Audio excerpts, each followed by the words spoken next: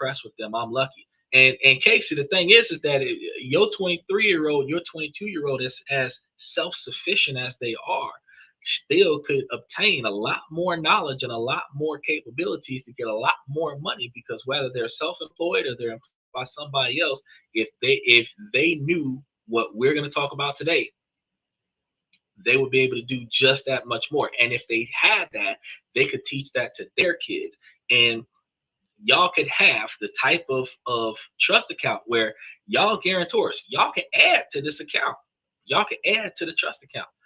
And by adding to the trust account, depending on how the account is set up, by adding to the trust account, the extra family members that's putting into the pot will be getting out of the pot all of these extra benefits. Because if I set it up and it start going somewhere, every time somebody add to it, especially if the trust account is building interest off of it, if it's building interest off of itself, then all assets that belong to the trust account, like the houses and stuff to that effect, all of that stuff belong to the trust account. If you got one trust account that has the cars and another trust account that has the real estate and another trust account that has the cash, and all of this stuff is put together, and these trust accounts where the kids can lease out the house from the family accounts. Now you don't have to worry about, oh, my landlord gonna kick me out, blah, blah, blah, because landlord is great grandpa. You see what I'm saying? This goes a whole lot deeper than just having a good job. But I mean, yeah, be proud of your kids for having their own job. It's be proud of them for not having to ask you for something. But it's not just to not have them ask you for something. It's about them not needing to ask you for something, because they can need to ask you for something and choose not to, specifically because of male pride. But they also can have everything that they need and not have a reason to ask you for nothing because they're financially set up. And that's the difference between the two. Uh, only this you do is make lazy generations and enlisted kids, making them earn their own millions more than willing to teach. Well, the thing is, and I'm going to catch up to these comments, Michael, Donald Trump was an inheritance baby. And even though he inherited millions from his ancestors, he invested that money in different ways, failed in a lot of different financial scenarios, went bankrupt 6 times, and still became a billionaire. So giving your children a ground to start on is not enabling them. Giving them money that after you teach them how to get money, if you're giving them the money to start with something, they're more able to be successful. Like on the job training, they can give you on the job training and then give you the equipment that you need to make yourself successful.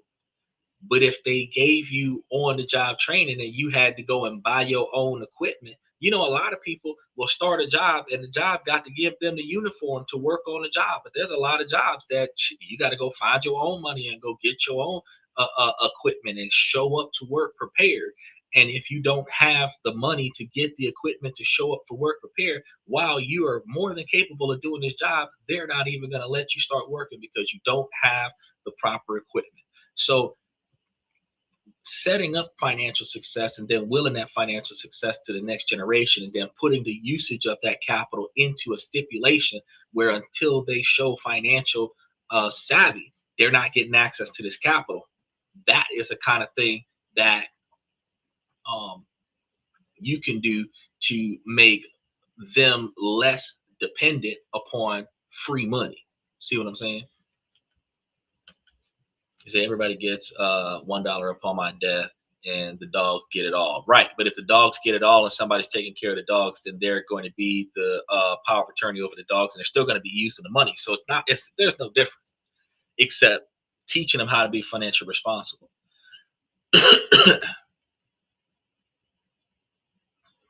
He said, well, better to make money doing what you like than to work on a job that you hate. But the average American works on a job that they hate because they can't afford to work on a job that they like, because a job that they like doesn't pay them enough money to cover the standard of living that they have. So if they had an inheritance that was subsidizing their standard of living, then they would be able to do both. Live on it, get enough money to do what they need to do, and then do what they need to do elsewhere.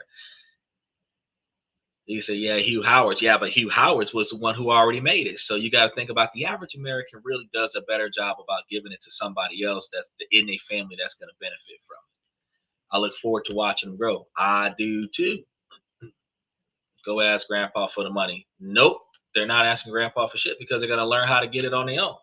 They're going to learn how to get it on their own, and then they're going to get the surprise notion that, oh snap, they're on the trust account. And since they're on the trust account, I'm going to have money coming in. But if they already know how to get theirs, they're going to be able to make, save, and invest money, and that's going to make them just a little bit better. Now, yeah, 3-4 generations down the line, you're going to see that any type of family legacy, folks don't have to try, and they're not going to have any desire to teach the kids because they don't have to try, and then the kids don't have to try, and then everybody forgot the lessons that was taught from the first generation, and eventually you're going to have generation after generation of entitled kids. But you, first generation, is going to teach the second and third generation how to make it make sense. You know. Are you on a trust account? Well, everybody should be on a trust account. The creator of the trust should be on a trust account, and every generation of people that they value should be on a trust account. And you should have certain stipulations as to how they get on the trust account. And if you set those stipulations correctly, the trustee would have to determine if you met the criteria of the trust account before you start getting paid. And since a trustee don't know you from a hole in the ground, their job is to enforce what's in writing, and your job is to meet that expectation. So if you haven't met that expectation, you ain't getting shit. So now it's not so much. Now it's not so much if you're going to get money from grandpa, if you're going to qualify to get money from grandpa. That's going to be the statement. You know what I mean? And that's something that requires a little bit more effort. But think about this. Let's get into today's topic real quick, because for 12 years, they taught all of us about the angles of a triangle, the history of ancient civilization. And for 12 years, you sat in the classroom, you memorizing the facts for standardized testing. Your main focus was SATs and test scores for you to get into a college. But what they did not teach you is the single most important skill for survival and success in the real world: the language of money. And y'all know it because while you were memorizing Shakespeare, a financial trap was being set, a maze designed to keep you confused, indebted, and working for someone else your entire life. And the brutal truth is, millions are walking right into it. And a major 2021 study found that adults in the United States could only correctly answer about half of the basic financial questions. And that's a failing grade. And this isn't just an abstract number, it's a real world cost. Steve says it looks like we have to be the first generation of my family to start a trust account and start that trend. You're exactly right. The average American, because people who have trust accounts are typically in at least the top 23 percentile. So there's at least 77% of Americans that don't do this. And we don't pass down the knowledge from generation to generation because we don't have the knowledge to pass down. And we're in a position where we didn't know what to do growing up, and it takes us the first 20 years of adulthood to figure this stuff out. And then by the time we get it, we're glad that we're not getting messed up anymore, and we're not teaching our kids that. And some of us are so busy trying to keep our daughters from getting pregnant at a young age and keeping our sons from having to deal with child support at a young age, if we even put that much effort into the kids, that we're not even focused on teaching them the financial stuff that we didn't know growing up.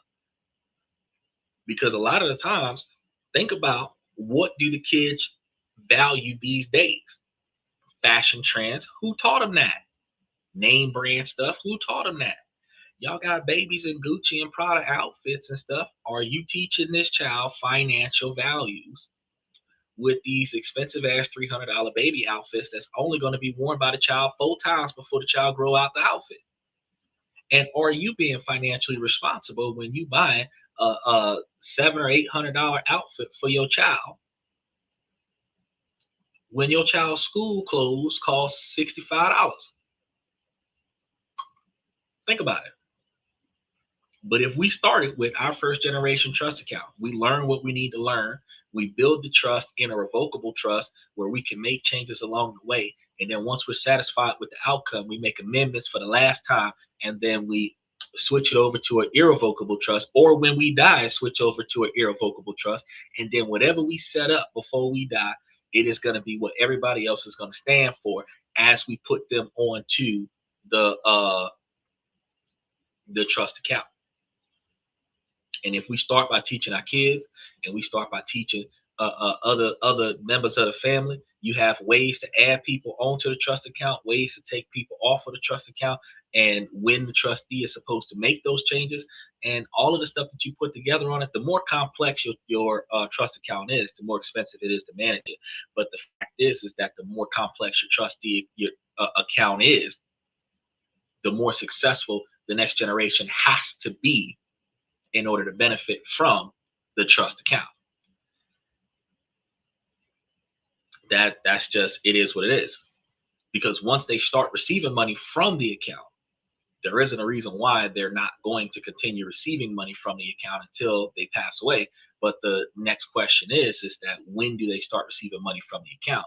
After their 18th birthday, after they get married, after 25, what do they have to do to start getting this money from this trust? Graduate from college, what do they have to do? Because whatever stipulations that you set, these are the things that you have to accomplish in life before you start getting paid. See what I'm saying? Which means that they have to go down a specific direction in life in order to get your money. Michael says, to be or not to be? No. To get paid or not to get paid? That's the real question. I'm glad I took typing in high school. Most will never learn it since their mothers and fathers don't know it either. Exactly. And that's why I'm trying to teach y'all today. Look, due to a simple lack of financial knowledge, one survey has estimated that the average American lost over 1,800 in a single year from things like overdraft fees, high interest credit card debt, and missing out on investment growth opportunities.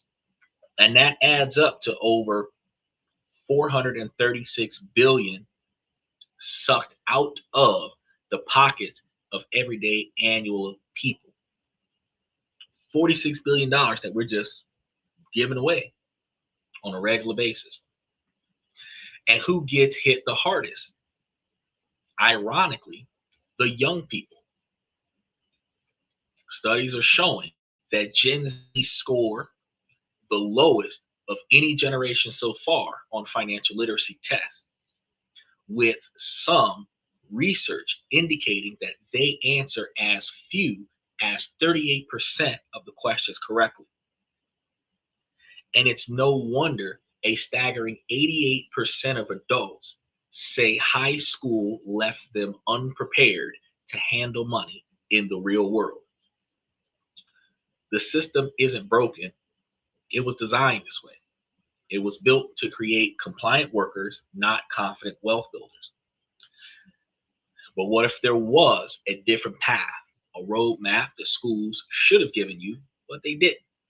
And what if there was a forbidden curriculum, a 10-year plan that could take you from zero to financial knowledge and bring you all the way up to the financial freedom that you need?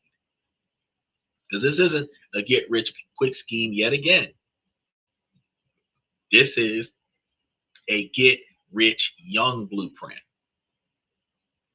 This is the forbidden knowledge they didn't want you guys to have. And your real education is going to start on tonight's show.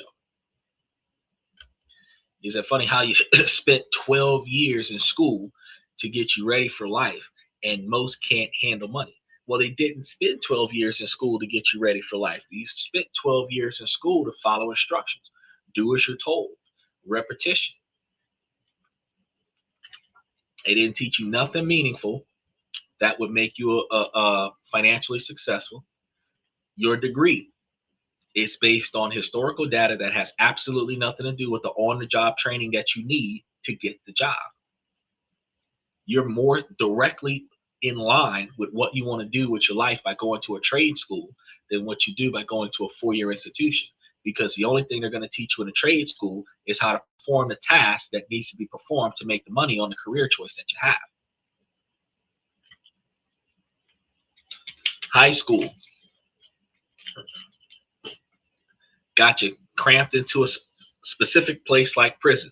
Some places covered with tall fences and security guards and metal detectors, and they are walking you to and from class, getting you prepared for the prison mentality. They got you all rode up like a conveyor belt. Everybody sit down, follow my instructions, get you a grade, focus on what I tell you to focus on, get your grade, and then go home. A lot of schools are a daycare center for the kids.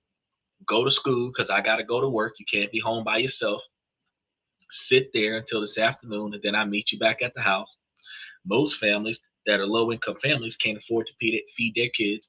Go to school, get you something to eat, get there before breakfast so that you get breakfast and lunch at the school, and then you get dinner here at the house. None of that is teaching you what's going on. And you got to realize real quick, school used to be going to school and getting reinforced information on the knowledge that you were taught at home. And those of us that are minorities know we was taught at the house how to read because master said we's not allowed to know how to read. So we was taught how to read, write, and count at home. And then during segregation, we went to school and showed them that we knew more than the other kids. And we was asking questions. Our mentality has shifted over the years. And now we just send the kids to school to figure it out. We don't teach the kids nothing at home. We don't teach them how to read, write, count, spell. We help them with their homework if we have time because the kids don't understand. Or we buy them a tutor if we don't have time because the children don't understand. But we only work on with the kids what the teacher does not show them. But the teacher is supposed to be working on with us what the kids don't understand from their parents, not the other way around. You're supposed to go to the class already with a little bit of knowledge and be answering questions about how to help me learn this more. So if you're hearing it for the first time with your school, you didn't already fell behind. Because mom and daddy should have, you know, the smartest kids in the class or the ones that was taught at home because their parents was teaching them how to read, write, and count at 4, 5, and 6 years old instead of letting them play until they 8. And then the kids that have been looking at this since they was 2, 3 years old, those kids are going to be smarter on a higher grade point average. And then when they go to school, they're going to be the youngest kid in the class because they learned all of this stuff years ago. It ain't because the kids are being born. Odds are, you know, the ones that get taught something, probably the fathers teaching the kids what's going on. He said, I could have taught you that in a week with a stick. But at the end of the day, you got to recognize that if you would have been teaching your kids at the house, then the kids would have had more knowledge going into school and their grades would have been better. Trade school makes more money in the long run than a college degree. Well, trade school puts you into blue collar work, and it doesn't necessarily make you more money in the long run. It does qualify you for different jobs that require that on the job skill set, like working on an oil refinery, welding, stuff to that effect.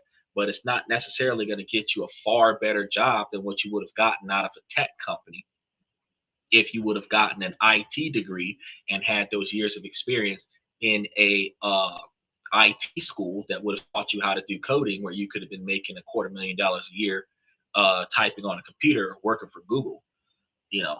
But trade school will give you direct knowledge towards the skill that you need, as opposed to historical knowledge about education that has little to do with the skills that you need for the job that you're trying to get. Because again, when you get your bachelor's degree in biology, they don't teach you how to operate on patients.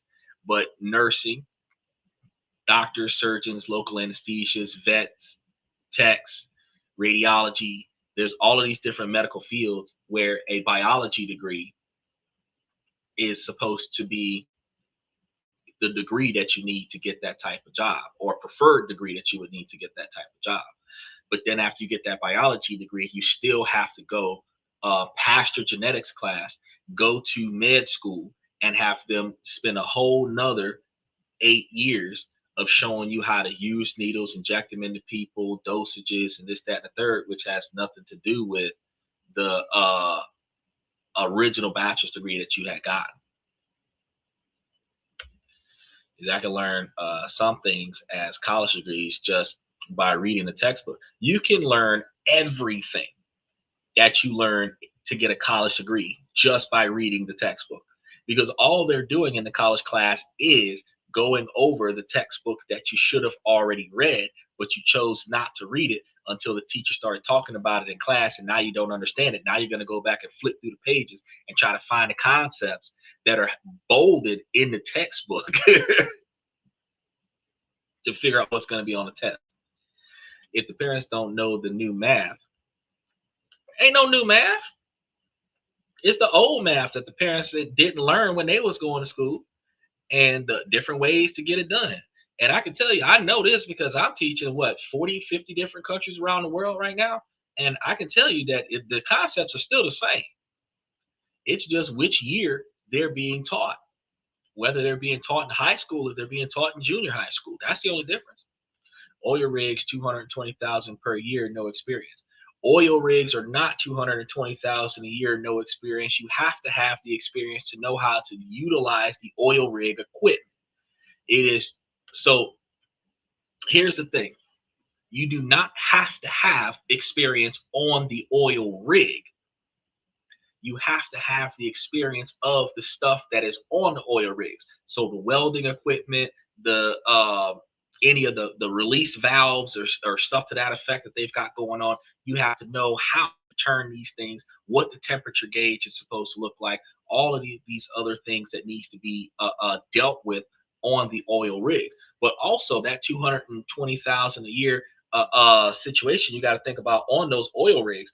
Those people are living a hazard pay style job where every 3 months while they're on an oil rig, they could die. So on 3 months, off 1 month, and making that 220,000 a year, they're making some good money because they're putting their life on the line to make this money.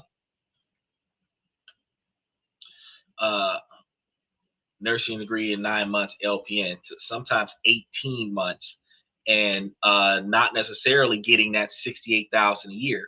Actually, they're going to be starting off at a little over minimum wage. They're going to be making between 40 and 55,000 a year starting out. And when they go in there and start doing the work, the high end of that particular job is gauged at 68,000 per year. That's the cap on LPNs. It's not the base of LPNs. That's the most that they're going to get on LPNs. So you're going to see them getting between 45 and 55,000 a year. And after they start showing some experience, that's when they're going to get raises to 68,000 a year. And if they want to make more than 68,000 a year, they're going to have to go from being an LPN to a registered nurse.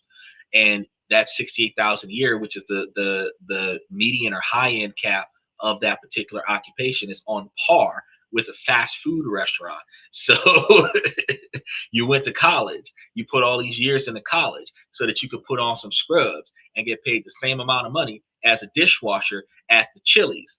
So I'm just trying to say, like, these numbers don't add up in comparison to the life expectancies that we put into going to college. It's not for everybody, but we're going to get into that in just a moment. Is all the answers in the back of the book?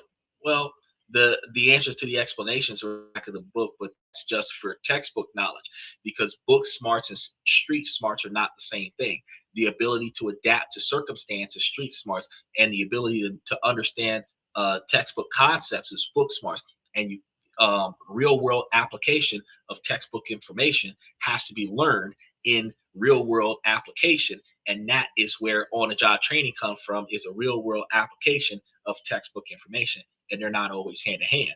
And textbook information is taught in college, and real world application is taught in trade school, and you're going to need a little bit of both in order to get there. Is it you can just die walking to work? That's not the point. You're not getting paid to walk to work. You're getting paid on an oil rig, and you will get paid more money on that job than what you would get paid at a McDonald's or on the back of a garbage truck or as a police officer, because that job you would die on the job or die on the boat getting to the job if there's tidal waves going on, and you just got to figure that out. But they're going to make sure that you're getting the money based off of the hazard pay of the kind of job you're working on. 50,000 is still good money. 50,000 is still good money depending on where you stay, because with the median average, the working class average being upward of 79 to $85,000 a year, where you're making like $1,765 a week, which is a little under 8,000 a month. 50,000 a year is poor class. It's good money, but it's still poor class. You're needing to make over 80,000 a year to be in a lower middle class, and you need to be making over 100,000 a year to be in the middle class. Get a 2-year RN. Yeah, but if you go to a 2-year RN, now you're talking about 18 to 24 months in college so that you can get paid $85,000 or $90,000, and that's if you get the job. And then finish out your last 2 years in your 4-year degree, which is still $200,000 worth of student debt. So while you're making that 70 or 80,000 a year, you're still paying 30,000 of it back to the school or the government for your student loan. So you still got $65,000 worth of income after you pay off your student loan debt. The method behind it doesn't make sense when you start looking at the numbers, and that's why I said I was going to show y'all other ways to look at this, how to teach your kids different things, so that y'all kids can hit the ground running and start finding other ways to make money for themselves. Because you got to think about this: when you was talking about don't give your kids the inheritance, well, if you have, now you're not going on welfare. That's the point. They're cutting all that stuff out.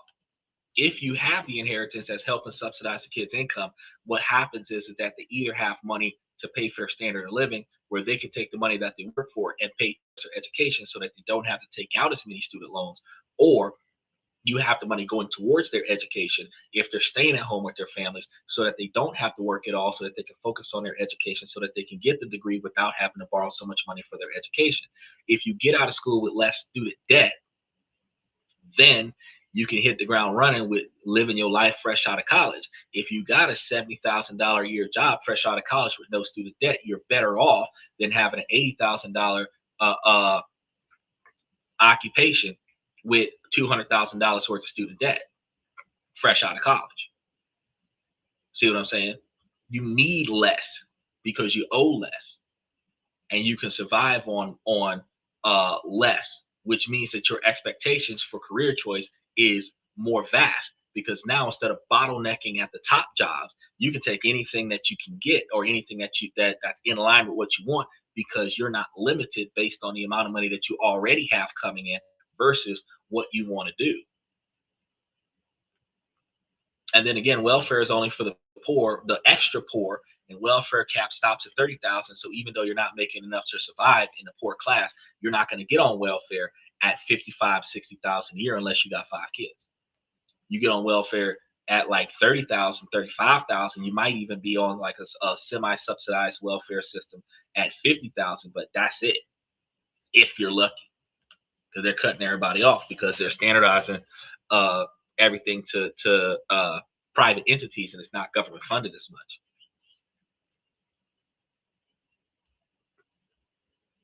Well, he said, I hate the ankle bracelets and being in debt just does not feel right to me. Well, if you use debt wisely, then being in debt is not going to be a problem for you. Being in debt is going to be a benefit for you, because when you're paying on debt, you get tax deductions on that. If you're paying on debt that goes towards the business. So let's go into this real quick, because we begin at age 8, and the first lesson is the most fundamental, understanding what money even is, because it's not just paper or coins. It's a tool earned by doing work or providing value of some kind, because a lot of times you don't have to do anything. You just have to be able to network somebody else into getting something that they need. And this is where you learn the primal difference between needs and wants, which is something that a lot of us have to be taught. And you need food and shelter, and you want new video games. Learning to see the difference isn't a lecture, it's a daily practice. So the difference between needing uh, uh, clean clothes versus needing velvet red bottom shoes, you don't need that. You want that. You just need some shoes on your feet so that you're not barefoot. You want designer stuff. You don't need to glue that hair on your scalp. You want to do that to make yourself feel pretty. But what you needed to do was take you a shower and go out of the house smelling fresh. There's a difference between the two. So the makeup is not a need, it's a desire, it's a luxury. It's that first job, 8 years old, paper route. Right. They're not teaching kids that these days. These days, they don't get their first job till they're 22 sometimes. Well, yeah, you and I both. We always work for something. We did something somewhere, always grinding out to make money. Never had to ask parents for nothing. And at the end of the day, even still, we're not where we could have been had we had more financial knowledge than what we did growing up. If we would have took all the money that we was making and more effectively investing it in ourselves, in our own success, from 8 to 18, we would have had a better plan. And from 18 to 38, our 20-year plan of being millionaires, we would have been millionaires. And now, 40 and 70 years old, we would be multimillionaires. Because like I told y'all yesterday, is that if you're putting away 40,000 a year at about 15% interest, and that is giving you an extra 10,000 a year, you're averaging 50 to 60,000 a year going into the bank, and in 10 years, that's between 500 and 600,000 dollars. And if you continuously reinvest the principal or reinvest the interest back in with the principal, eventually you'll be putting in 110, 120,000 a year, because your 40,000 plus the 60,000 kickback is going to go back into it as 100,000 a year. By 20 years, you'd be getting $1.5 million. And if you stay true to the game, but if you decided to dial back 10 years in, where you're getting back more money now in 10 years than what you was getting off your current primary job, you might decide to say, well, I'm not going to work anymore and I'm going to live off of this. But that's early retirement. But if you've got enough money coming in from that, where you can now start up your own business or do some other stuff that can make you a little extra money because you're bored, instead of you working because you have to, you're working because you want to. And because you have a financial blanket, you can focus more on the success of your business and still be able to live. Because if the money that's coming in is above your standard of living, the cost of your ability to survive, then you can take the money left over and put that extra money towards boosting up your business. And eventually you'll make it. But the reason why a lot of people fail is because they need money now, they don't have time, and they need to go somewhere else to make profits to take care of their habits, their lifestyle. And that's one of the reasons why people give up on their business ventures, because they don't have enough time, they don't have enough resources, and they need money now. FX says the government, in response to COVID-19 pandemic, caused crazy inflation that will not go away for years. The inflation is not going to go away, not because of the government. You got to think about how this works. The government feeds money to the poor minded through the stimulus check, because the poor minded are going to spend every dollar that they get. Sales stimulates the economy. When people who get money buy stuff, that's transactions, money changing hands, which requires something to get bought, which requires people to move stuff around, which puts money into those people's pockets, and those people are going to spend money because they're getting money, and they're going to spend somewhere else, and that's just going to trickle upward. Isn't that funny? So instead of money going to the rich and the money trickling down, because the rich people are rich because they don't spend money like that. Instead, they stimulated the economy by giving the money to the poor-minded folks who are going to spend every dollar that they get, and the money is trickling upward because the millionaires and billionaires only make money when poor people buy products from the rich people's companies. So the government isn't causing crazy inflation. It is the impulse purchase of poor-minded people. That's what stimulates inflation. Because if we said, I'm not buying that, that's too expensive, what do you think they're going to do? Drop the price. Because supply and demand allows them to increase the price of the supply when there is a larger demand than the supply. If they have a larger supply than the demand, the value of that price goes down. So if everybody in the country said to themselves, I am not buying houses this year, the value of real estate would go down. And then you would see $150,000 houses as a normal standard instead of $500,000 houses. If people say we're not buying houses over $200,000 or $300,000, then no house would be priced at over $200,000 or $300,000 because it won't get sold. What they have, what is called a price point. A price point is the most money you can charge for this product that somebody's willing to pay. And who controls the price point? It is not the person that's marketing the product. It's the person that's willing to spend their money on it. So that person that's willing to spend $400 for a pair of Jordans to get it first, enough people do that, that lets the company know people are willing to spend $400 for the Jordans. So what do you think they're going to do? They're going to put Jordans on the market for $450, right? Then they're going to put a discount price on it that brings it down to $395 or $375 for a limited time only. You're going to have so many people trying to buy it during a discount. They're still paying more than $350 they was paying for the Jordan. Jordans are Nikes, and Nikes are $45. But because you got this little shadow of a dude trying to dunk a ball, 10 times more value. But here's the thing, though. After the introductory discounted price, it goes up to its regular price. So now you're buying that same pair of Jordans that somebody got for $25 more than last year's version. You're buying that same pair of Jordans outside of the discount rate for $50 more than what the same shoe was being sold last year. And now that's becoming standard practice as a shoe $400. But the shoe $45 because it's a pair of Nikes. Nike Air Jordans. It's a pair of Nikes.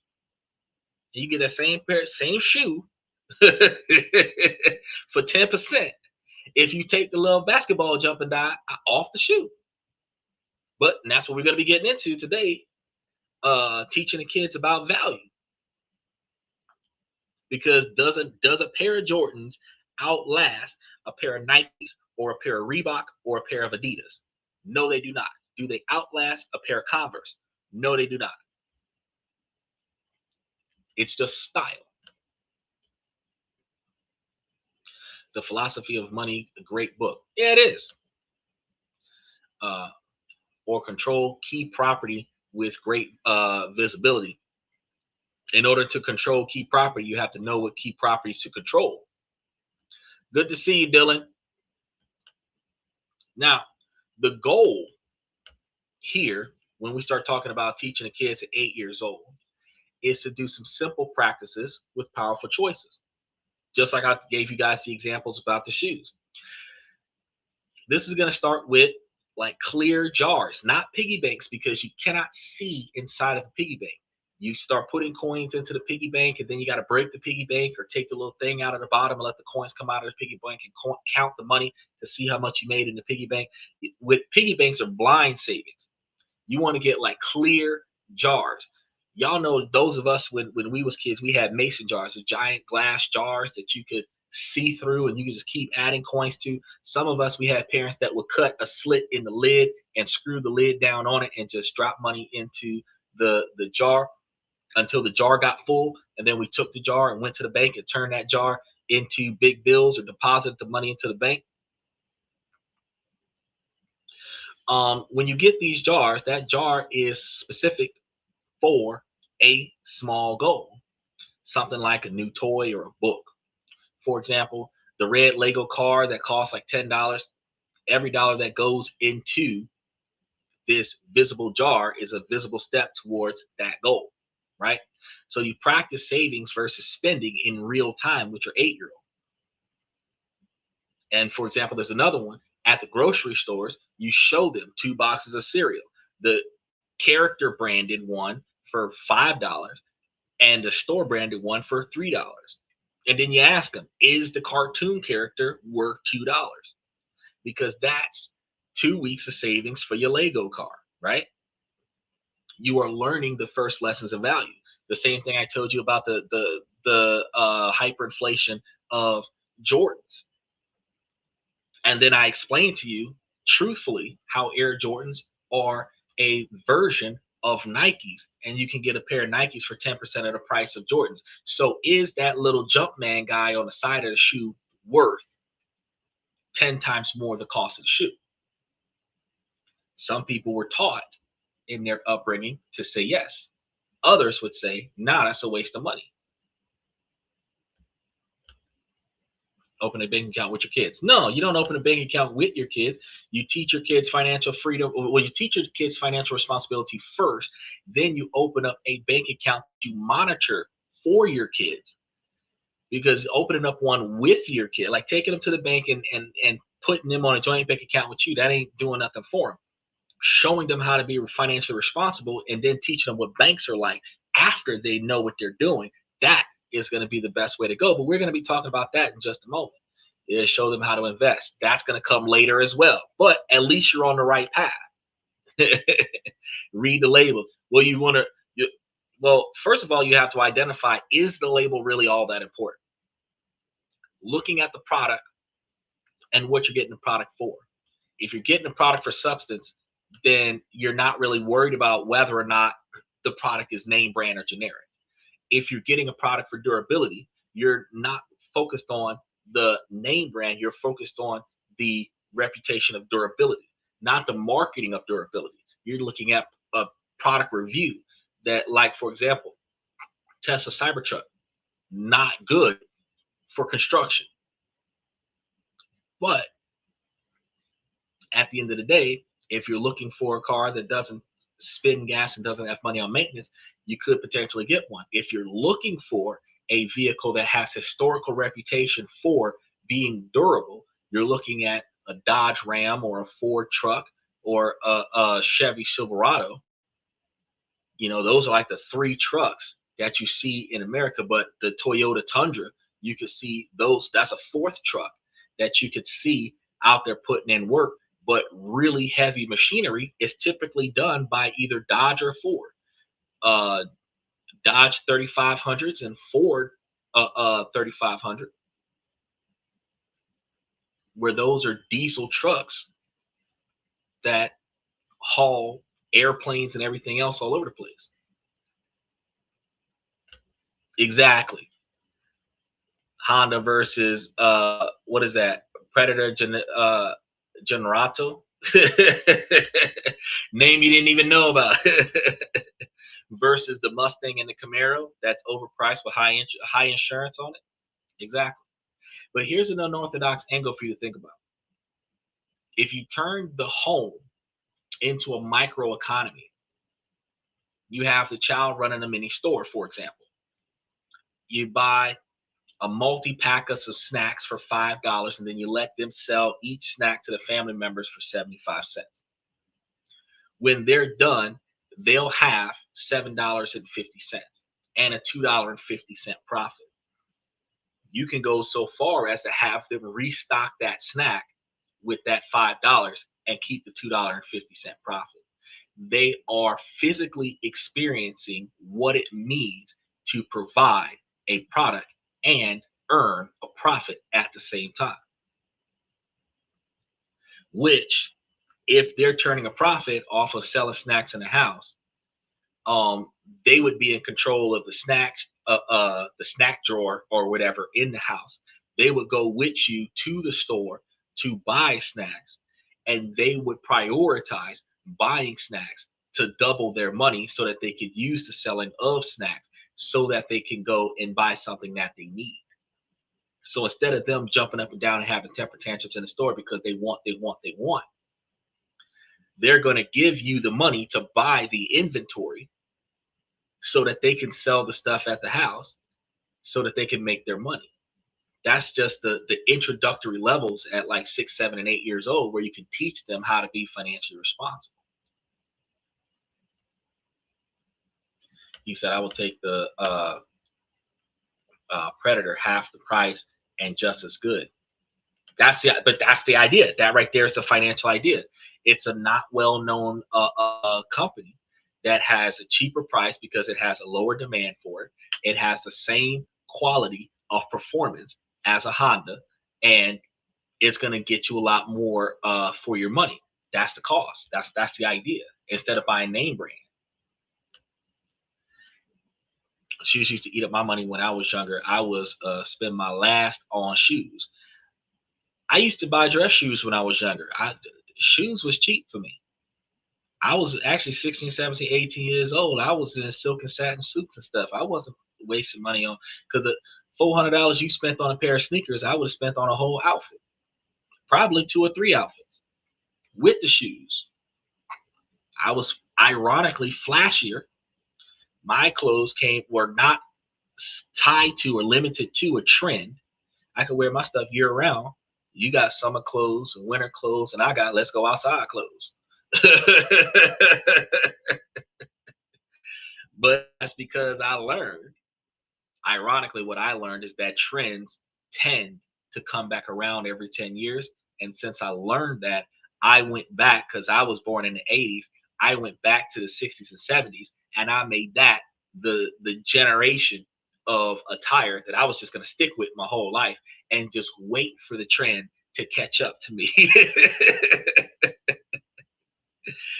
And when it did, you see them pinky blinders guys that are walking around. It's just a bunch of white dudes in suits, in pinstripe suits. And the only thing people can think of is the mob. But it's just a bunch of well-dressed men in suits. Where it took from the 90s to 2025 for some men to put on some suits for something other than going to church, going to court, and going to funerals and weddings, for people to be like, dang, you know what I mean? These men look nice. And we used to, when we had respect for ourselves. We just forgot what that was like. Now you see us outside with basketball shorts sagging off of our basketball shorts, sagging off of our boxers. Why you got 2 pairs of shorts on, I don't know. So that your shorts can come down to your ankles, and then you got socks with sandals on and a wife beater on, and which ironically is curled up your back somewhere. So even with all these shorts and drawers on, we can still see the crack of your behind. And you outside like this casual. All right. Remember, you represent yourself 24/7. Now,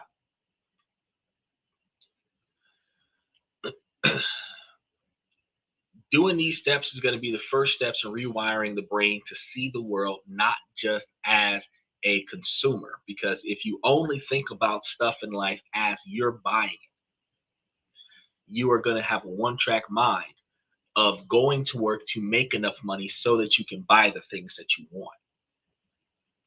Instead, teaching your children at a young age how to perform this scenario will teach them how to be a producer of a product, looking at the demand and then filling that demand with a supply that they can then turn a profit into. And that will build a younger entrepreneur.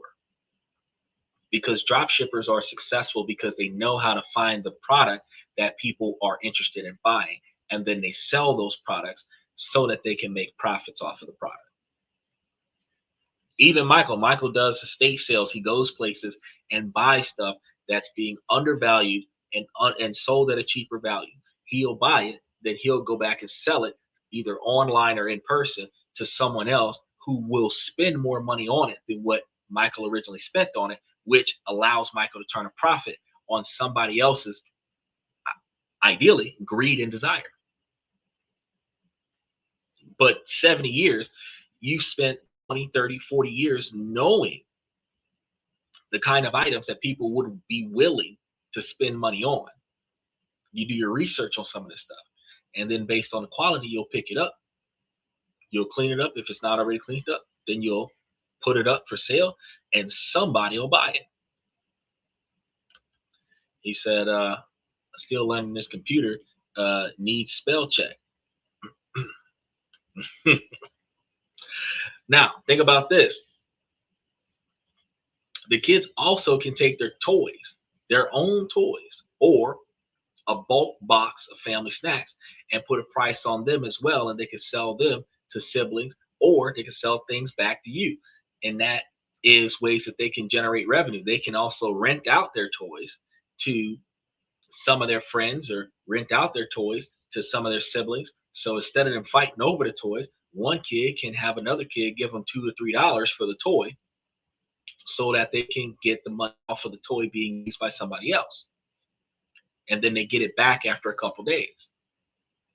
They're going to learn about pricing. They're going to learn about trade-offs and making a change through play, not through a boring lecture.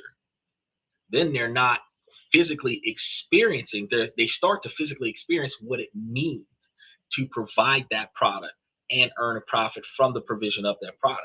And this is going to be the first steps in rewiring the brain to see the world not just as a consumer, but as a producer, which is a lot better than having the kids just looking at something that they want that was glorified by a commercial or amped up by their friends.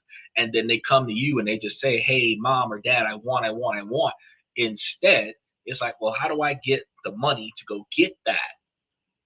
And then when you think about what effort you have to put into getting the money to get that, you have to ask yourself a risk assessment.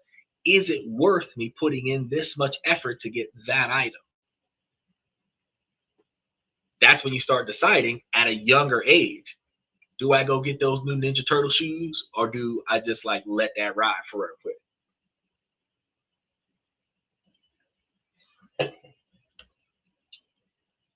They said rent your toys out. Better to rent your sister out. Don't be stupid, Michael. You're not first and foremost. It is more important for you to teach the kids how to, one, respect each other. So that was inappropriate, Michael. Second is it's better for you to teach them how to utilize the stuff that they already got to turn a profit. Because the first time parents start doing a garage sale is when they can't afford to pay for something. And the first thing they want to do is run out there and go and sell all the kids' stuff. House full of junk, but they'll sell all the kids' stuff. Talk about, you don't need this no more. And the kids got high value in it. The kids don't think about selling the stuff that they have to turn a profit off of it, because they know no matter how much stuff that they got, they can always go ask their mom and dad for more. But if you teach your children how to go and make their own money, make money for themselves, they're going to look at the things that they don't mess with that much anymore. They're going to look at the things that don't have value to them as much anymore. And then there's going to be things they're going to keep that they're never going to let go. But the rest of the stuff that they just don't really need, they can find places where they can sell it to somebody and get something back off of it, and use the money that they get off of decluttering their room to make money to buy them something extra that they just want and don't need, which is good, because this reduces your requirement to give them an allowance, and it reduces their need to come and ask you for money. I also gave you guys methods on using finance to parent kids, like them going out late at night. They got to buy their freedom. Put a price tag on going out at night. This prevents them from arguing with you about when they can get out. What if you can't afford to, do certain things, then you got to be in by 8. But I mean, if you can afford to do certain things, then we can negotiate that. Like For example, instead of grounding your kids and taking away their phone, charge them a penalty for not performing a certain way. This is going to be the cause and effect because in your household, you are the local government. Your parents answer to, your children answer to you. You are the rule distributor. You are the consequence deliverer. And instead of a lot of the times whoopings and grounding the children and taking everything from them, it's like, nah, you pay a fine. You pay a fine. So you're not going to sit in your room all day. Yeah, confinement can happen for certain things, but for the most part, is that you're going to have to pay a fine, the restitution behind, which is introducing them to the legal system without actually having to introduce them to the legal system in a negative way. You understand that if you don't follow these rules, that you will have to pay a fine. And if you don't have the money to pay that fine, you don't want to violate that rule. And that will prevent you from having to deal with them making bad choices as an adult and then going to jail and having to pay these fines and traffic tickets and everything to that effect because they learned in their younger years the cause and effect of breaking rules and paying the fine behind that rule. He said, sell the toys usually after several months, it goes into the toy box and never seen again. But that's my point. If you've got a toy box, that means you have more toys than toys that you play with, which means that the ones at the bottom of the box are the ones that are less used. And if you clean off the ones at the bottom of the box, you can sell those, keep the ones that you use in the middle of the box and the ones that you use the most at the top of the box. And the ones at the bottom of the box can get you enough money to add more toys to the top of the box. And that way you're spending less money on toys because you're recycling them out. Or you can rent your toys out to some of your friends. Oh, can I borrow this game for a couple of days? $3 a day. How many days do you want it? 7 days. All right. But because you rented it from me for 7 days, in 8 days, I'm going to come looking for my toy, but I just made how much? $3 a day, 7 days, $21. Go buy me another toy. You said trauma and therapy for life for some kids. Well, the trauma and therapy for life for those kids that are catching whoopings and stuff. But if you teach the kids financial responsibility and then you add a price tag to it, you can be a little bit more lenient about the things that they do because they're going to be taught more responsibility. And then by teaching them more responsibility, you can still back up their play when they're doing something that you're not too sure about and come to their aid to a degree, as long as you're not spending any money on coming to their aid. But at the same time, you're negotiating now. Let's say kids want to go to a house party. Well, they already know the consequences of going to a house party that's got alcohol in it because if they get arrested, they're going to have to pay fines on that. But if you're going to a house party and you're like, well, I don't want you to go. I want you to be back at 8 o'clock. Well, now instead of them, oh, come on, please, please, please, and hissy fit and stuff like that, it's like you already know that curfew's at 8 and it's $200 an hour for you to stay out past 8. Now, if that's the rule, $200 an hour to stay out past 8, how much money you got? You want to stay till midnight? That's 4 hours. That's $800. You got $800 to stay out past midnight? No. Well, how much do you have? 225. All right, we'll keep the 25 for gas money. $200 should be back at 9. That's the negotiation. See what I'm saying? Any rule that demands a fine for breaking it is only a rule poor people have to follow. Yes, I agree with that. But likewise, anybody who values their capital are not willing to allow their hard-earned money to be taken out of their pockets for any unnecessary reason. The majority of Americans have car insurance for 2 reasons. One, because their license will get suspended and then they'll put out a warrant out for your arrest if you're driving on a suspended license, where you'll go to jail and pay fines. 2, you pay insurance on your car because if your car has contact with somebody else or somebody else's car, you're financially responsible for the damage. So you have the insurance company pay for the damage and limit settlements inside of your insurance policy coverage. People are mandatorily required to get car insurance when they buy a new car because they're liable for the asset itself that's backing the loan on the car.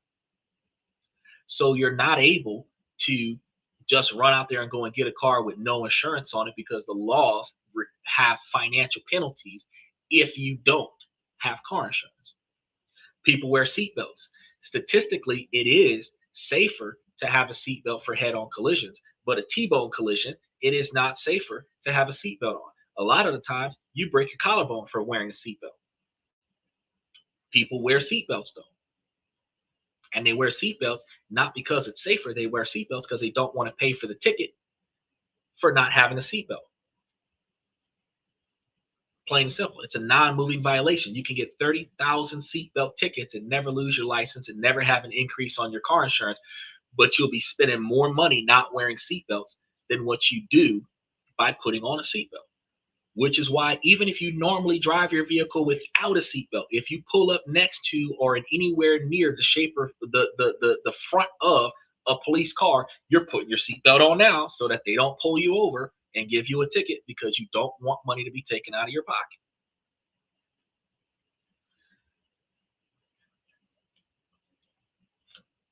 But also at the same time, while you believe that it's just rules to have poor people follow,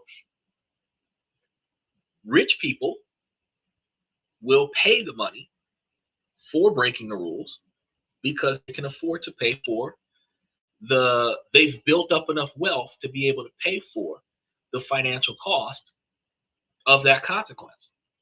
And that's going to be the reason why rich individuals are seemingly understood to be above the law, because they can afford to pay the penalties for their consequences. But that takes us back to some of the core fundamental goals that I teach you guys on this show, is to do what you know is right, stand up for what you believe in, defend that by any means necessary, and accept the consequences of your actions before you perform the action. So if you know that this consequence is going to cost you $250,000, you don't have $250,000, you don't do that. But big business might dump radiation in a child's playground at night, knowing that there's $250,000 fine to that. They'll take $250,000 and put it into a high interest account and let it sit there for years until somebody sues. By the time somebody sues, they'd have made $10 million off that $250,000. There's enough money in that account to pay off the lawyers that's going to stall on this. They're still going to settle for the $250,000 because that's the most that this particular crime is going to be worth. And they'd have made a profit off of their deliberate acknowledgement that they're about to fuck this shit up. But the difference is that they can afford their actions. They accepted the consequences of their actions before they performed the action. They put the money away, and then when somebody came and got them for it, they was able to pay.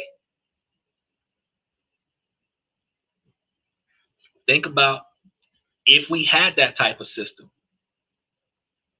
we would have a lot more people saving up money to do stupid stuff.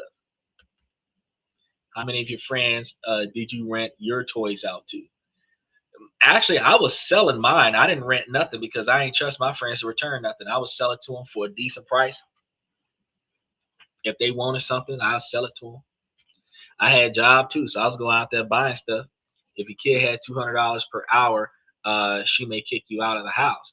Well, no, your kid wouldn't kick you out of the house, because if your kid is ultimately paying for the ability to have an extended curfew, at the end of the day, they're learning cause and effect. Because again, if they took that $200 an hour to, well, they would not have a $200 an hour job. They're being allowed to, for the cost of $200, to be gone from the house later than you would prefer, which is like the consequence of breaking curfew kind of thing. And if they're able to pay that, then they're able to go out there and do that. But that also means that that child would be able to save that kind of money and then have that type of money to go and do that type of activity. Because if they're supposed to be back at 10 and they give you $200 to be out till 11 and they come back at 12, they still have consequences for coming back past curfew. but it's a way of using monetary compensation to negotiate deals. This is just unorthodox ways to better parent your kids and make your kids financially responsible, because if they know that they want to go to that house party, they know they want to go to that prom night, they know that it's going to cost a certain quantity of money, they know they have to gain that money by putting in effort to make money so that they can use that money to go and pay for having the ability to go to prom. And doing it like that is equivalent to planning for a vacation. You know how much it's going to cost for this weekend getaway. You put money aside so that you can go to this weekend getaway without compromising your standard of living. And then once you can afford to go on this excursion, you pay for it and you go. But if you wanted to go on this excursion by a certain time, like a birthday, an anniversary, uh, a special occasion right before college, wedding anniversary, or whatever, you have a limited period of time to reach this goal, which means that you have to put a specific quantity of money away to reach that goal. And you want to do what it takes, and then take it to account inflation for the holiday area if the event that you have is happening on a holiday. That's what I'm trying to tell you. He says, so seatbelts kill more people than not wearing seatbelts. 68% of individuals die from T-bone car crashes, even with a seatbelt on. So seatbelts prevent people from being ejected from a vehicle, but people are being ejected from a vehicle from head-on collisions, not from T-bone crashes. Anything more than 70-degree angle, you're less likely to see somebody being ejected out of the front windshield. And that's what the restricted motion of the seatbelt is. When you go to pull the seatbelt too hard and it locks, it prevents you from being thrown into the steering wheel or thrown out of the windshield. Doesn't stop you from slamming your head up against the driver's side glass, and it doesn't stop you from cracking skulls with the person sitting next to you. It stops you from being ejected out of the front of the vehicle. So seatbelts are not designed to keep you from getting hurt. It's designed to keep you from being ejected out of the car, because when you go flying out of the vehicle, you're more likely to die in flight than what you would be staying inside of the vehicle. Yeah, sure, bro. Logic, buy gold.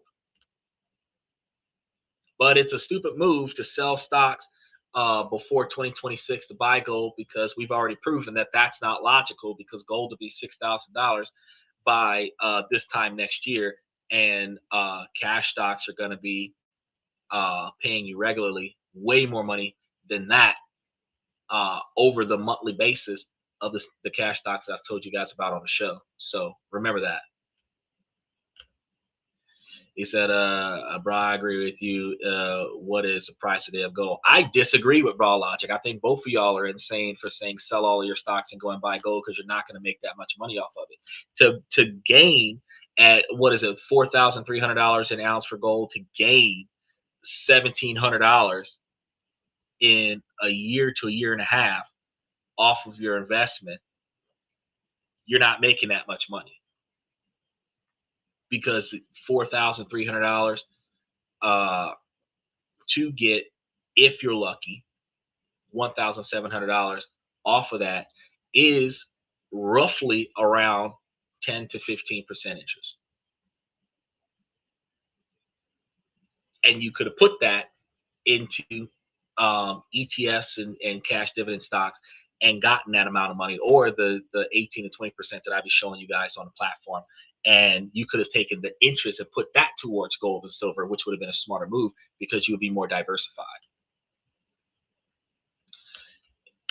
But see, that's the thing. You should chase silver before you chase gold, because gold is valued and silver is undervalued, and there's just as much of a demand for silver as there is for gold, but there's a higher price for gold.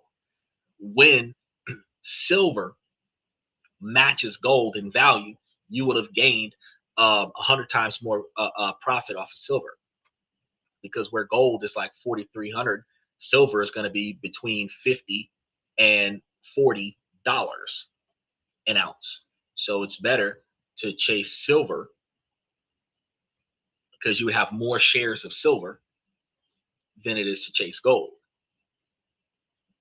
Because if gold went up $10 an ounce, you would have $10 off of $4,300 worth of gold.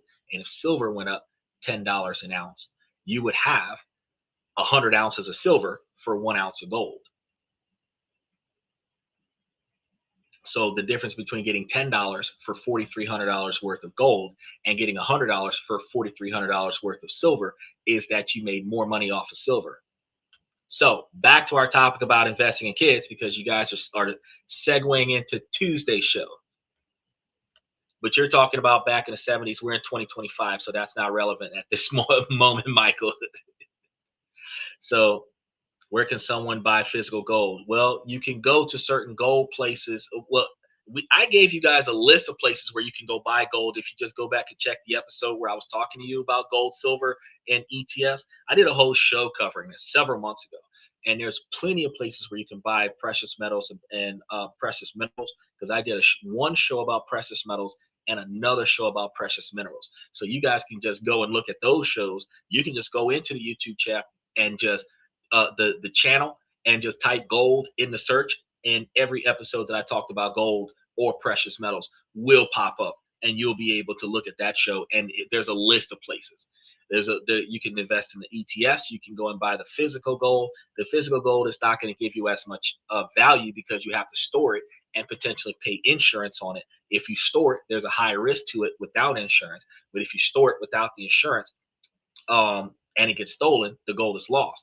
But if you store it with the insurance, the money you're paying for holding the gold is going to probably offset the increased interest value over time for the gold. So then you're kind of breaking even or actually taking a financial loss. And then you're dealing with the erosion factor of gold.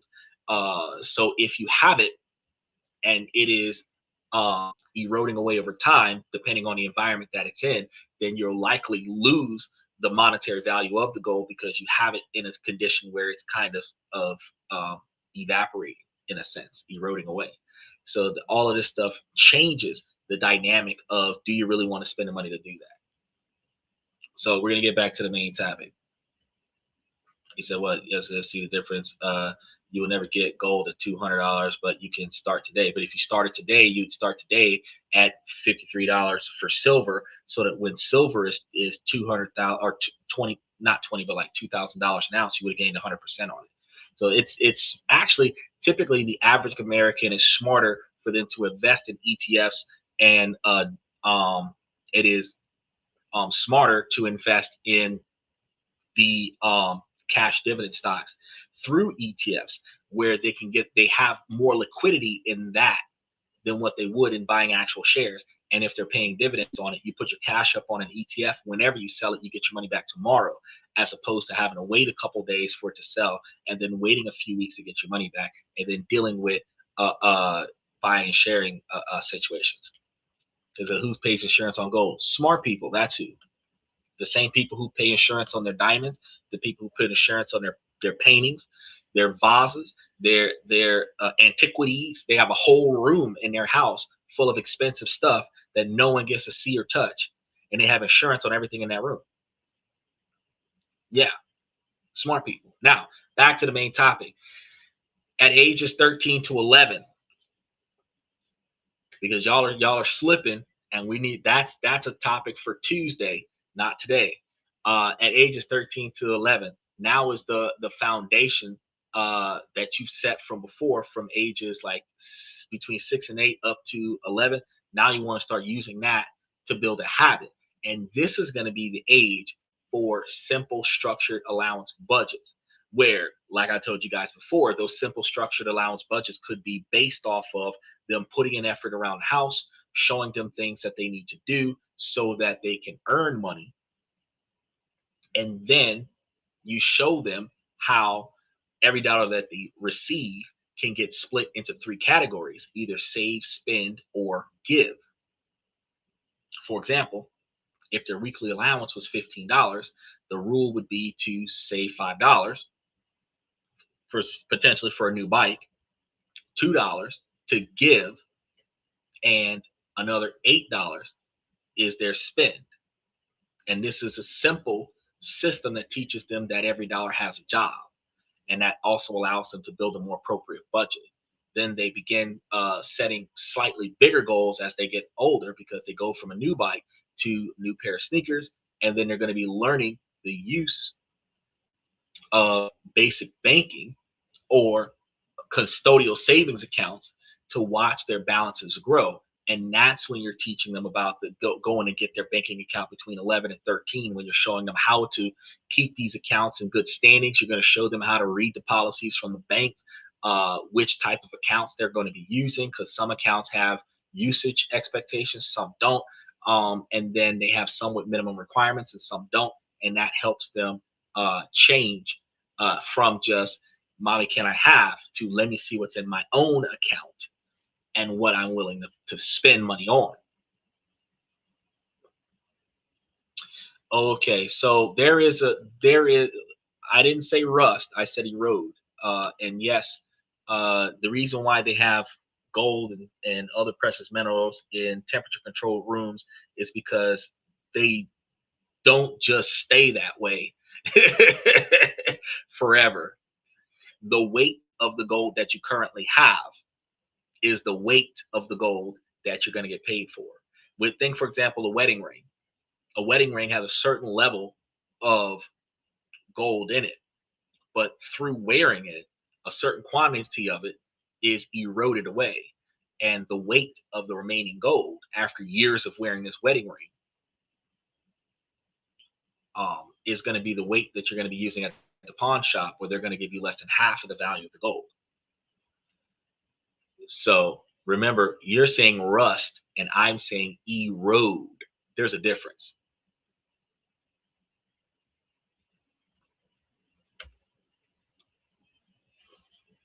Now, between 11 and 13, you're going to start to introduce real world financial friction. So you're going to talk about sales tax. If you haven't already talked to them about it at 8 years old, when they're buying and selling stuff, because while they're selling stuff at the house without sales tax, they're going to have to buy this stuff at the store with sales tax. So if you didn't talk to them when they were selling candies at the house for 8 and 10 years old, you're talking about it now between 11 and 13. Why a $10 item actually costs more at the register than the sticker price. Then you got to teach your kids about the fraudulent actions of Walmart when they be putting stuff up there at a certain price and then they don't honor the price tag. You get it off the shelf, it's priced at $5. You get to the register, it's $15. Ooh, we put it in the wrong spot. No, advertisement indicates that if you're advertising it for $15 at your store, where your stockbrokers put the wrong price on the item, that level of advertisement means I get that item at that price. And some Walmarts don't want to do that. Some Walmarts would prefer that um, that you pay whatever price is intended for the item. I tell y'all all the time, y'all should be walking around with video cameras, because if you had a video camera of you walking down this aisle, you get to this item. The item was, especially if you got from the time you got out the car until the time you got into the store, uninterrupted video, you walk down the aisle, you see an item, you want the item, you take it to the cash register, you go to buy it, and then they don't honor the price tag. You could actually have a legal action for false advertisement, because that's exactly what that is that if it's got one price on the shelf and a different price at the register, that's false advertisement. And then if the manager is trying to encourage you to pay the higher price instead of matching the price from the shelf, that's a situation that you can benefit from. Where a $40 item that was put on the wrong pricing scenario for $10, they'll either have to let it go for a $30 loss or have the type of lawsuit that would profit you enough to buy a bunch of stuff from Walmart with profits off of that settlement.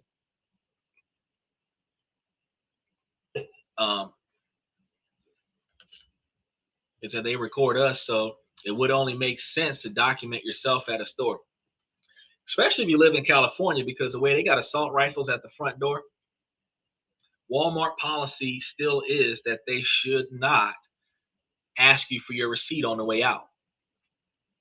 They check your receipt because you don't know Walmart policy, but it is Walmart's policy that shoplifters are allowed to leave the store to fully prove that you intended on stealing that item, and then they will apprehend you later. They got you on surveillance. So it makes more sense for you to walk through Walmart with your surveillance camera, and when something don't happen the way you want it to happen, you've got evidence that you was acting the way you were supposed to be acting, and they wilding out. So if they accuse you of stealing some stuff, you got it on video that um you're not doing that. But if they're fraudulently mispricing items, where Walmart did get out of the lawsuit for that, incorrectly pricing items, that you could come out of a class action for that. Gets extra money because you're not getting your money back. You're getting extra money off of the sale. And that'll be an issue because they can't tell you, oh, you're not allowed to record in here. Yes, I can. We First of all, it's a public place. We can all record in here. You're recording us, so I can record us too. That's just one of those things. Now you got to deal with some other issues when you check the laws about whether or not you can record in a two-party recorder state. But typically in a public place, it's less restricted when it could be readily obtained by anybody passing by. Now back to the main topic. If you introduce the most basic idea of compound growth by showing them an online calculator, plugging in the savings, just $5 a week, and then show them that over time their money starts to make its own money, it's their first glimpse of money making money. You can also show them the compound interest formulas that they're going to be utilizing in high school and how the compound interest can make sense when you're looking at the type of bank account that you're getting, because depending on the type of bank account that you get will depend upon whether or not you're going to have a high interest bank account or a low interest bank account or a CD or a money market account, or just going into the stock market or going into cryptocurrency or gold or silver or whatever the case may be, based on the percentage increase over time. Right now, the unorthodox angle for this level is going to be crucial because you must let them make small, safe money mistakes. So, for example, if they get a monthly budget of any kind for fun, but let's say like $40, and they blow it all on the first week on a video game, makeup, hair extensions, fingernails, whatever it is, food, whatever it is, because they're getting junk food and stuff like that. It's a simple, impulsive buy. Your job is not to bail them out later in the month.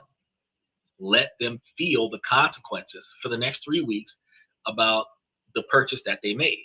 Because when their friends decide to go to the movies the following week, they can't go because they can't afford it. The feeling will sting of that bad decision that they made right now in the moment, where you're teaching them long-term consequences for the decisions that they're making. And this being a low stakes situation, it is a financial vaccine. But when I was telling you earlier, Michael, about, hey, you want to stay out past my decision for curfew hour, I set the price. And I say, hey, you want to go out to the scenario? I can set the price based on risk. I say, hey, $100 for this event, $200 for the next event,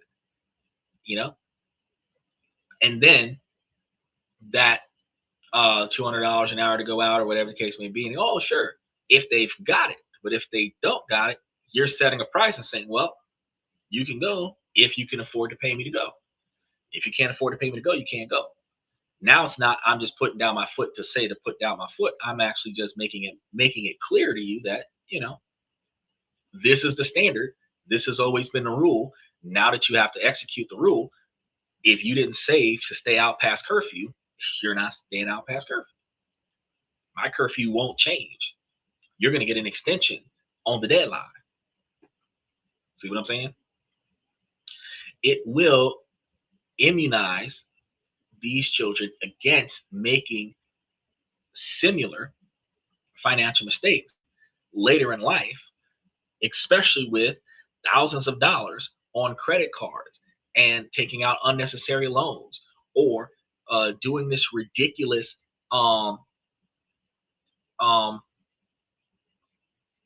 payment option with purchases online. You are letting them associate choice with real outcomes, with early and safe exposure, which allows them to rationalize more effectively how to navigate around that. Now, at ages 14 to 16, this is where the simulation ends and the real games begin, because this is where the age of the first W-2 job comes in, if they haven't already gone down a path of being an entrepreneur. Now, the first real paycheck is going to come from this. This is the single piece of paper that has one of the most powerful teaching tools that you will ever encounter. And 99% of people misunderstand. So when you get the first check, you'll feel a rush of excitement, right? Then a wave of confusion comes over.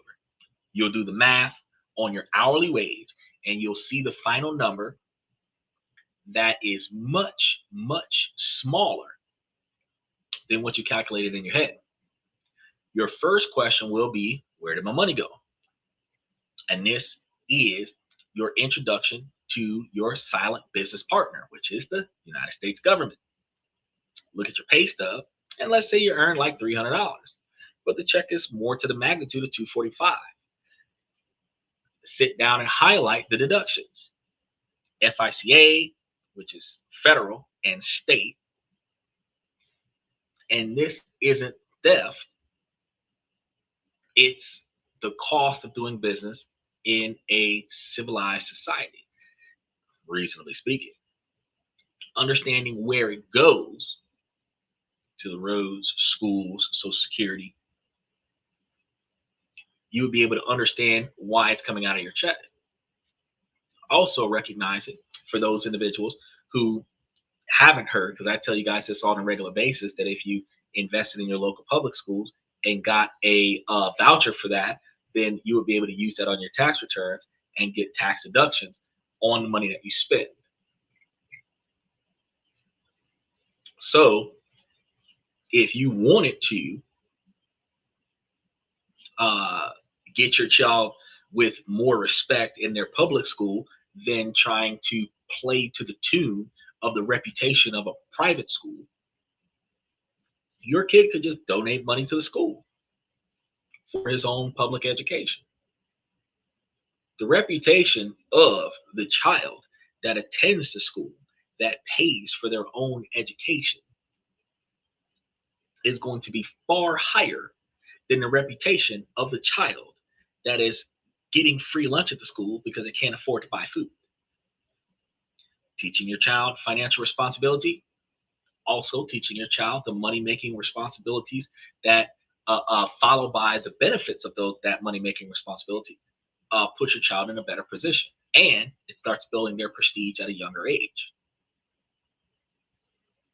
Because now you're not asking for the parents for the field trip, you're paying for your own dang field trip, and you just need the parents' consent to go.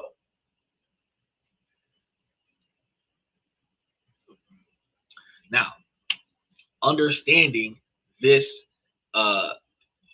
desimplifies the process. Your goal isn't to complain about what's going on with the money coming out of the check. It is to understand the game. So from now on, you're going to plan your life around the net pay, not the gross pay, which is what we do. We think about how much money we're supposed to make, and then we assume roughly close to 10 to 20% coming out of our check in taxation, and what we allegedly should have left over, that's what we're expecting to have for our upcoming check. We count our money before we get it. But with this real income, you open a teen checking and savings account, which should be higher access than the original checking and savings account for the preteen. And then you're going to practice more budgeting for real expenses, like gas money to go places, going out with friends, the kid's phone. And you're also going to create your first emergency mini fund. And it's going to be a small pile of cash perhaps $200, maybe $500 set aside for whatever the kid's going to need. When your bike gets a flat tire, when you lose textbooks, or other unexpected costs, they'll have extra emergency funds set aside to go and take care of that issue. Now, in this scenario, you're going to teach your children financial responsibility to a different level because you're going to teach them about not talking about how much money they have. And then you're going to teach them about not being convinced by other friends to use your money to pay for your other friends' entertainment. Because if your kids got $500 and they're trying to impress their friends want to go on something that costs like $600, they don't have enough money. You got enough money to cover the squad. Even if they don't like you, they'll take you with them to get you to pay for everybody so that they can go somewhere they couldn't afford to go. So we're going to let them know how, start teaching you from small how to observe being used, abused, extorted, bullied, all these different things, so that you're keeping your money in your pocket by not letting anybody know that you have any to begin with. Now, for the next unorthodox angle, you want to try privileges from financial responsibility, which is what I was talking about earlier, extending the curfew by a financial amount. For example, you as a parent, you cover a base phone plan. Me, I'd be like, fuck it, pay for your own phone bill. But if you're going to cover the base phone plan, the parent's coverage on the base phone plan will be a 5G data plan, a basic 5G data plan. And if the teen wants an upgraded phone or more data or more features on the cell phone, they pay the difference. So if they want that iPhone, and say that iPhone is $15 or $20 a month for that iPhone, they're going to pay for that out of their own money. So, mom, dad, I want a new phone. All right, I'll drive you to a store. Get some gas money. Give me $10 for gas. I'll take you to the store, and you can pick out the phone that you want.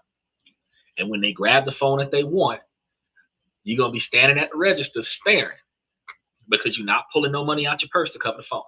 They're going to pay for it themselves.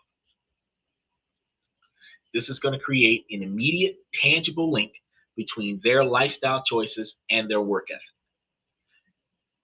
Because if they don't have enough money to get this phone, they're going to have to put in more work.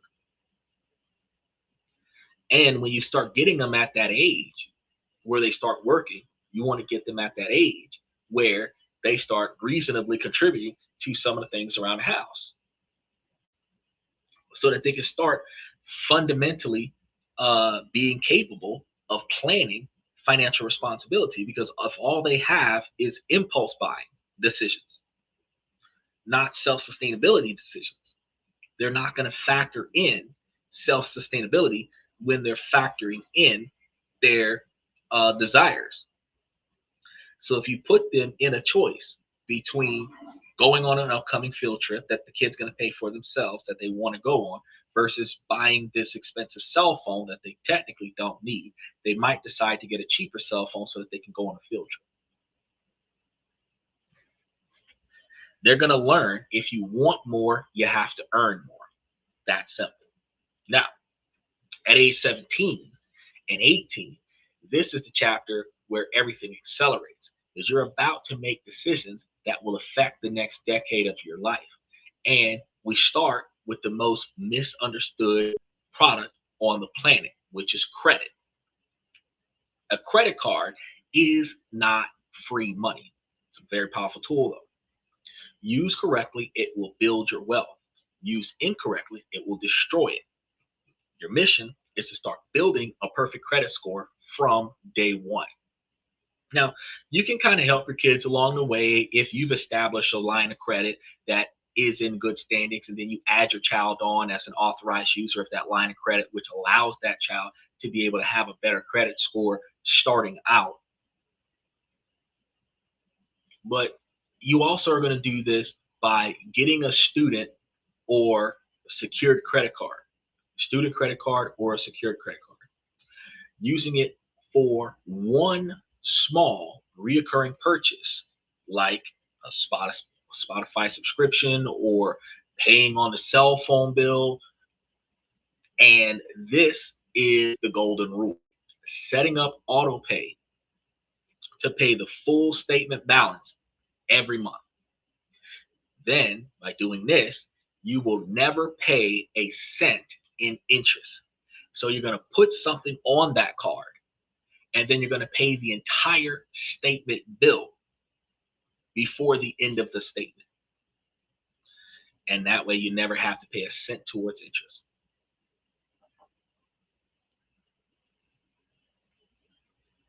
Now, this is also the age of big decisions, because you're on like 16, 17 years old, 17, 18 years old. So instead of blindly following a crowd to college, you stop and compare, like we did at the beginning of the show, the cost and return on investment of a 4-year degree versus a trade school path. For example, look up the starting salary for a desired job and compare that to the debt required. Is a $200,000 degree worth it if the starting salary is $40,000? You learn the real difference between scholarships and loans, because scholarships you don't have to pay back, loans you do. Grants you don't have to pay back. You'll learn the real difference between the scholarships and the loans, and then you'll make a simple multi-year savings plan for the car, the school, and for moving out. And you probably have to do them one at a time, or there's a possibility that you can do them all at once, depending on how much money you're making versus how much money you're not spending. But after you've done these plans, now you're going to start investing. You're going to open up a custodial Roth IRA. It's a special investment account where your money grows and can be withdrawn in retirement, completely 100% tax-free. So inside this account, you don't gamble on the stocks. You buy a simple, low-cost S&P 500 index fund. For example, you transfer $50 from your paycheck and you buy a fractional share of a ETF like VOO. You own a tiny piece of $500 or 500 of the biggest companies in America, which is like placing one single bet that the American economy will be bigger in the future than what it is today. It's the most reliable way for beginners to build long-term wealth. Next, you can show them this podcast, and you can show them all of the stocks that we have come across doing research on individual stock purchases and the valuation of high interest versus low interest stocks, the difference in volatility, and which ones pay monthly versus which ones that don't pay at all, where you can decide which stocks you can individually handpick for higher returns and higher performance. The difference between ex-dividend dates, record dates, and payout dates, where you can navigate, nope, not Jimmy John's, where you can navigate taking everything that you bring in and figure out how to reimburse it back out to turn out a profit, which is one of the things that we like to do, right? Make money for us. Now, if you see how the system was built to hold you back, because none of this information was given to us before, and you guys want to know more, and you want a lot more knowledge that they don't teach you, you guys got to make sure that you do me a favor while you're running through this podcast.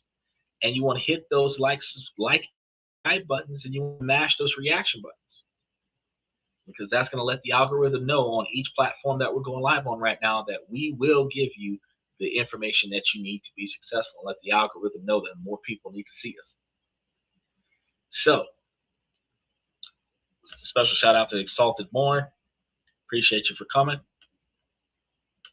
The unorthodox angles here, when we start talking about building up that financial portfolio, is to see the matrix. You ask a parent to walk you through the real monthly budgets line by line. And as young adults, by doing that, you be able to sit down and read a real contract, which can help you with negotiating your first car deal, because you'll be able to see a car lease versus purchasing the car cash up front, a car insurance policy versus a credit card agreement option, and you'll be able to see how adult money actually moves, where the fees are hidden, and how the systems are designed. And this is going to be the truth behind the curtain of financial success. Is that how late we talking? Is that I'm back. What do you mean how late we talking? How late we're talking about investing in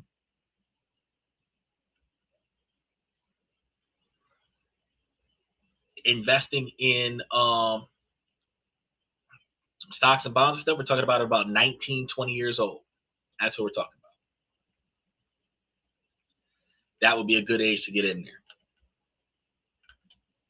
I mean, you could open up a portfolio for them at a younger age, but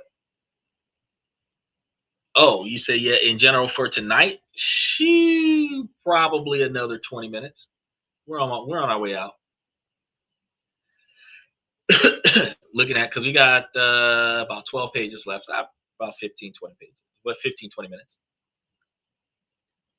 Outside of side conversations, about 15, 20 minutes. I technically I got plenty of time because I don't have anything to do for another 3 hours. But I got about 15, 20 more minutes worth of information outside of side conversations. Because the 19 and 20-year-old age range is the last part of the 10-year plan, because the 10-year plan starts at age 8 and ends at age 20, which is technically a 12-year plan. But the fact is that from age 8, when they first start learning how to acknowledge money, until age 20, when they start learning how and practicing actively to use money, how much stuff they can learn from you year over year, so that over that 10 years, it makes sense why they're doing it the way they're doing it. And it makes sense why you're setting goals that you're setting. And if you, and like when I was telling you guys about like taxing them on curfew hours and stuff to that effect, you could set flat rates on an hour by hour flat rate, and then you have a risk assessment. And then you say, well, you have a certain percentage of extra money for risk assessment. So depending on where you're going versus how long you're going to be gone determines exactly how much it costs for you to go out there. And if they can afford to cover that, then they can go. They got to tell you the truth about where they're going, because if they go out there and you end up at somewhere else, you got to know where they're at, because if they end up in trouble, you're still going to come and get them, even if they don't have a curfew. But you have to be able to know where they are, so that if they're in trouble, you know how to come and get them. So you're not going to tell them no, you're just going to tell them how much it costs.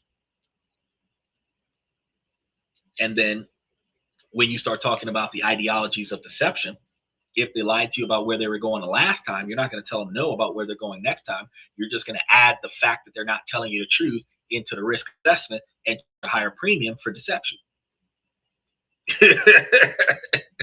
And that's going to make them be either more honest or not go anywhere, because you can't trust them to go where they say they were going to go.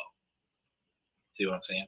If you're teaching them the responsibility along the way, and then incorporating currency throughout their childhood, they'll learn different things through different experiences, where they will know how to make, save, and invest money.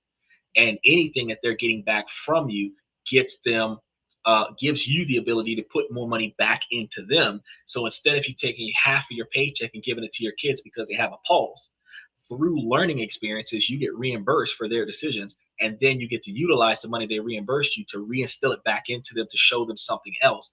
So it's a revolving door, or a closed system of currency amongst the family that is learning experiences, which is why I say doing it this way. I mean, if you know what you're doing, then it'll make sense for the kids to learn it from you. If you don't know what you're doing, then I mean, they're going to probably get more money out of you than what they're going to learn from you.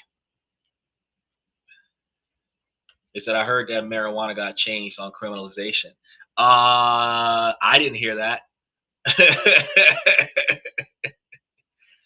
That's a definite side topic. I didn't hear about that. From what I understand, as far as recreational use, marijuana is allowed to be utilized by individuals. It is not allowed to be sold without licensing and permits.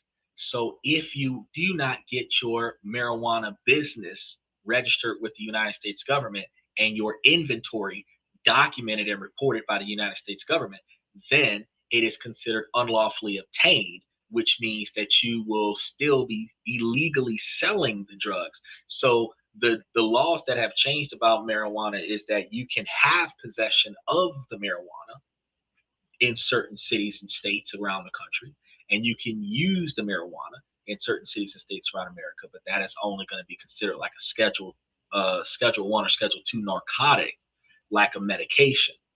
Because you can go to jail for Oxycontins, for prescription Oxycontin, the same way you can go to jail for prescription marijuana. But you're not supposed to sell Oxycontin the same way you're not supposed to sell marijuana without the proper permits. So they have not changed the criminalization of that I am aware of, because the only criminalization of it is the possession for intent to distribute. And you would be in possession of a medical substance, ideally, because medicinal marijuana is the same as recreational marijuana. It's just why you bought it. But the possession of a controlled substance with the intent to distribute is still criminalized. I have not heard that they have changed that. He said they said it is now the same as Tylenol. It has been signed into law 2 days ago. Well, I will have to verify that. I can go ahead and take a look and see what that's about. Because again, as a medication, you're not supposed to have 20 pounds of Tylenol that you're selling out the trunk of your car. Let's see, before we finish our topic about 18 to 20-year-olds, because that would have been a perfect discussion for Sunday, since today we're talking about teaching your kids about how to make, save, and invest money. Let's see, because you wanted to say real quick about how marijuana owns you. Let's see real quick, because then we're going to get back to the main topic, because we really only have the last 2 years, 19 and 20-year-olds, and what we're teaching them.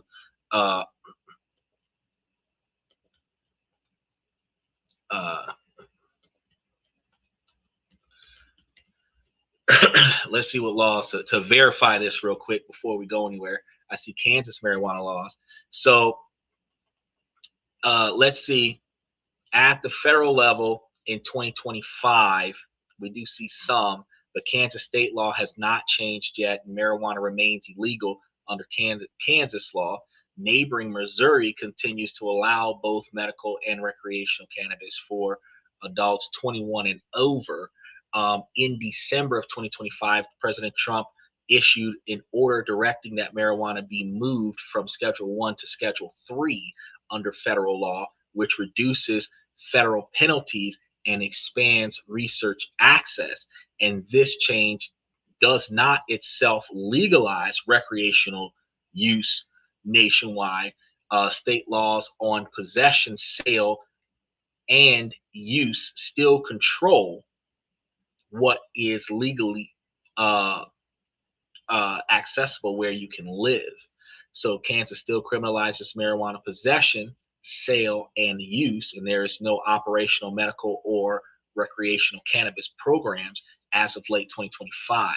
And several bills to legalize or regulate medical marijuana, such as the SB 135 and SB 171, and to reduce penalties, HB 2363 and SB 295 have been introduced, but all failed or stalled in the process. So no law has actually changed yet. But let's see what a Schedule 3 substance under federal law is indicating real quick, uh, because that is different real quick. Then we're going to get back to our main topic. So under federal drug laws, a Schedule 3 is a category for controlled substances that have accepted medical use and a lower moderate potential for abuse compared to Schedule 1 or Schedule 2 drugs.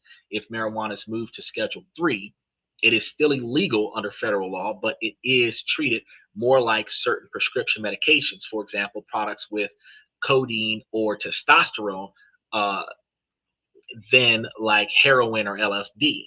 Now, what Schedule 3 means is that the drugs are defined as having an accepted medical use with moderate or low potential for physical or psychological dependence, lower than Schedule 1 or Schedule 2. And examples of Schedule 3 substances include some combination painkillers with codeine, certain antibiotic steroids, and some medications for addiction treatment, which is not Tylenol at all.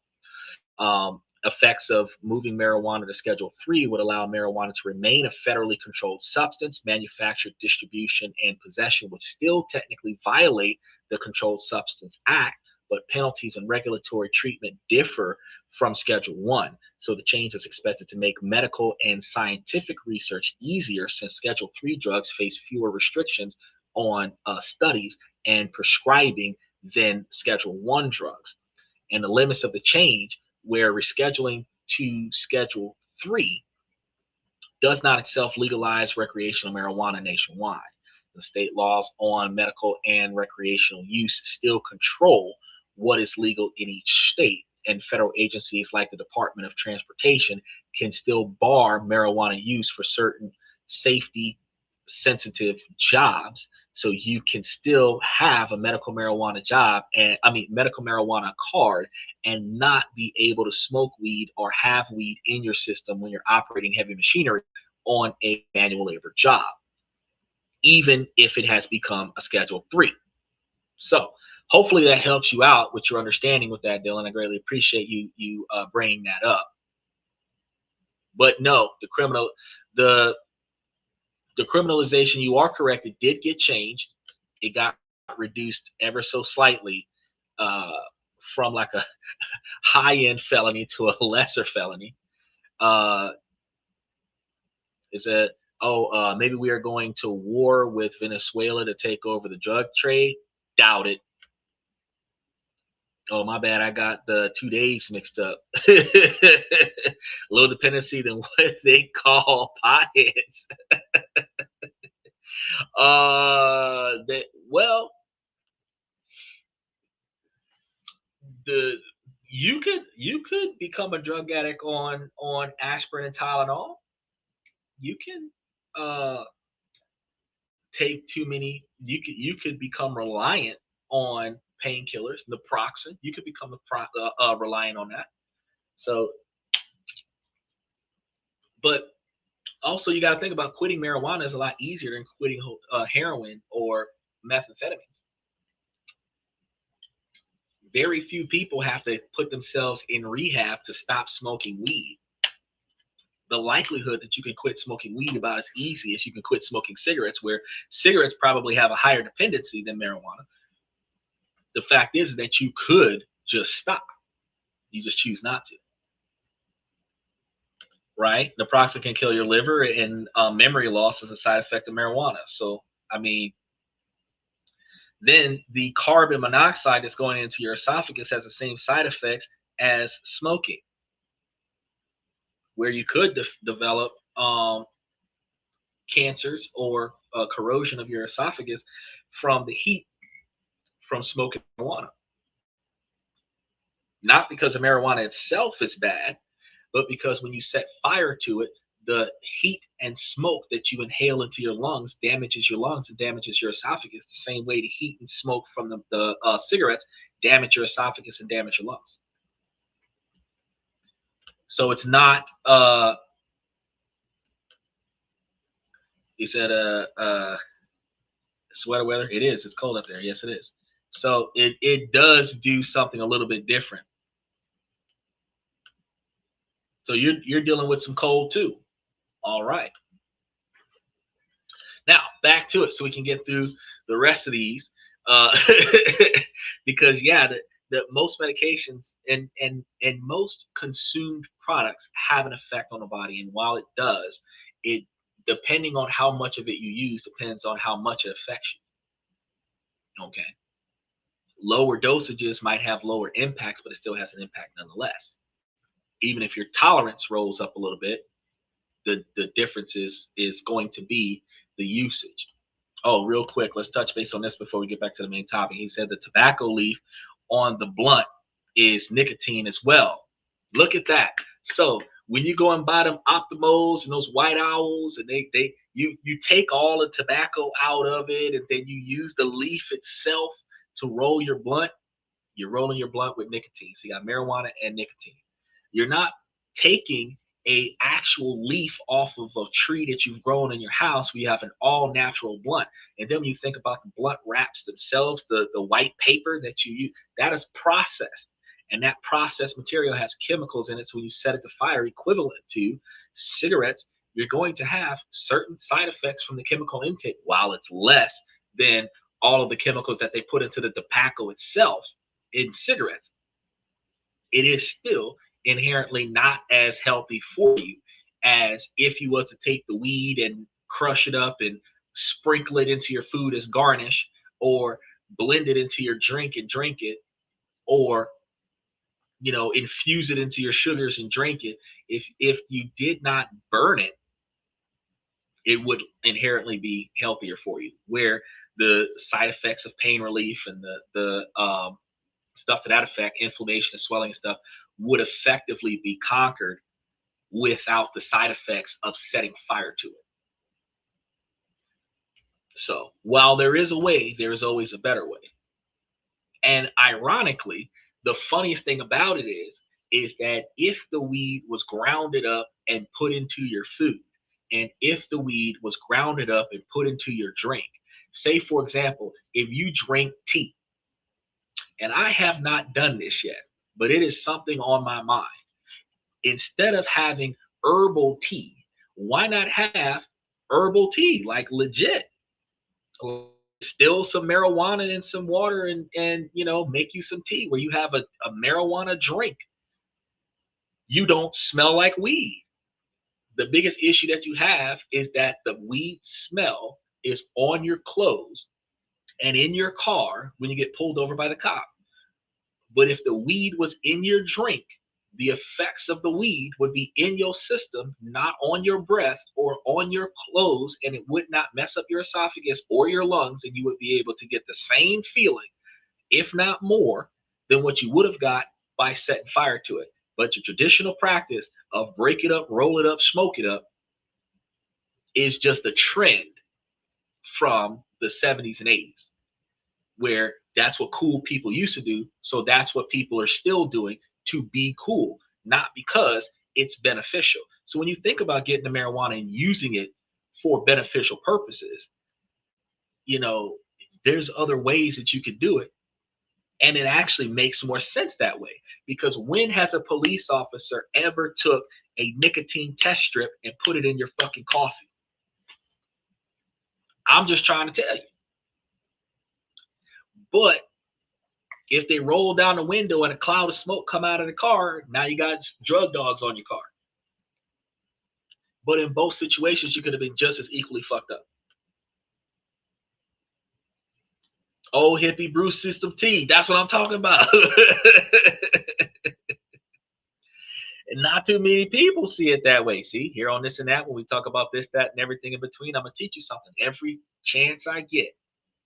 Every chance I get. And a lot of states have the ability for you to have one or two marijuana plants in your house without having to worry about catching a drug charge, because it's for personal use.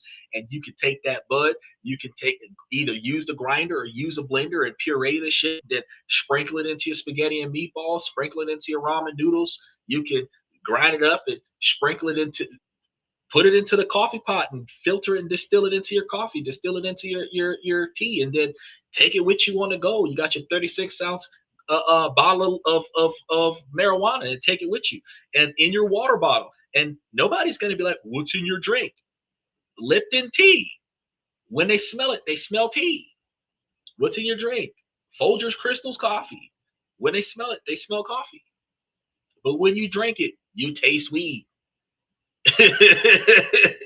If they could put it in gummies, if they could put it in brownies, if they could put it in cookies, if they could put it in your macaroni and cheese, why not put it in your Coke? Why not put it in your Sprite? Why not put it in your calf pal and drink it instead of smoking it? Where now you can likely bring it with you to public places and nobody's going to judge you because you're not sitting there burning a joint in their presence, which has its own stereotypical image. See what I'm saying? So they take the leaf and grind them up. And I thought marijuana leaves were just a cigar leaf, just psychoactive. No. So the leaf, the marijuana leaf itself, looks like a leaf off of a tree. The bud is like a nugget, is what they would call it. It's like a bunched up together piece of the plant that you can grind down and then set on fire.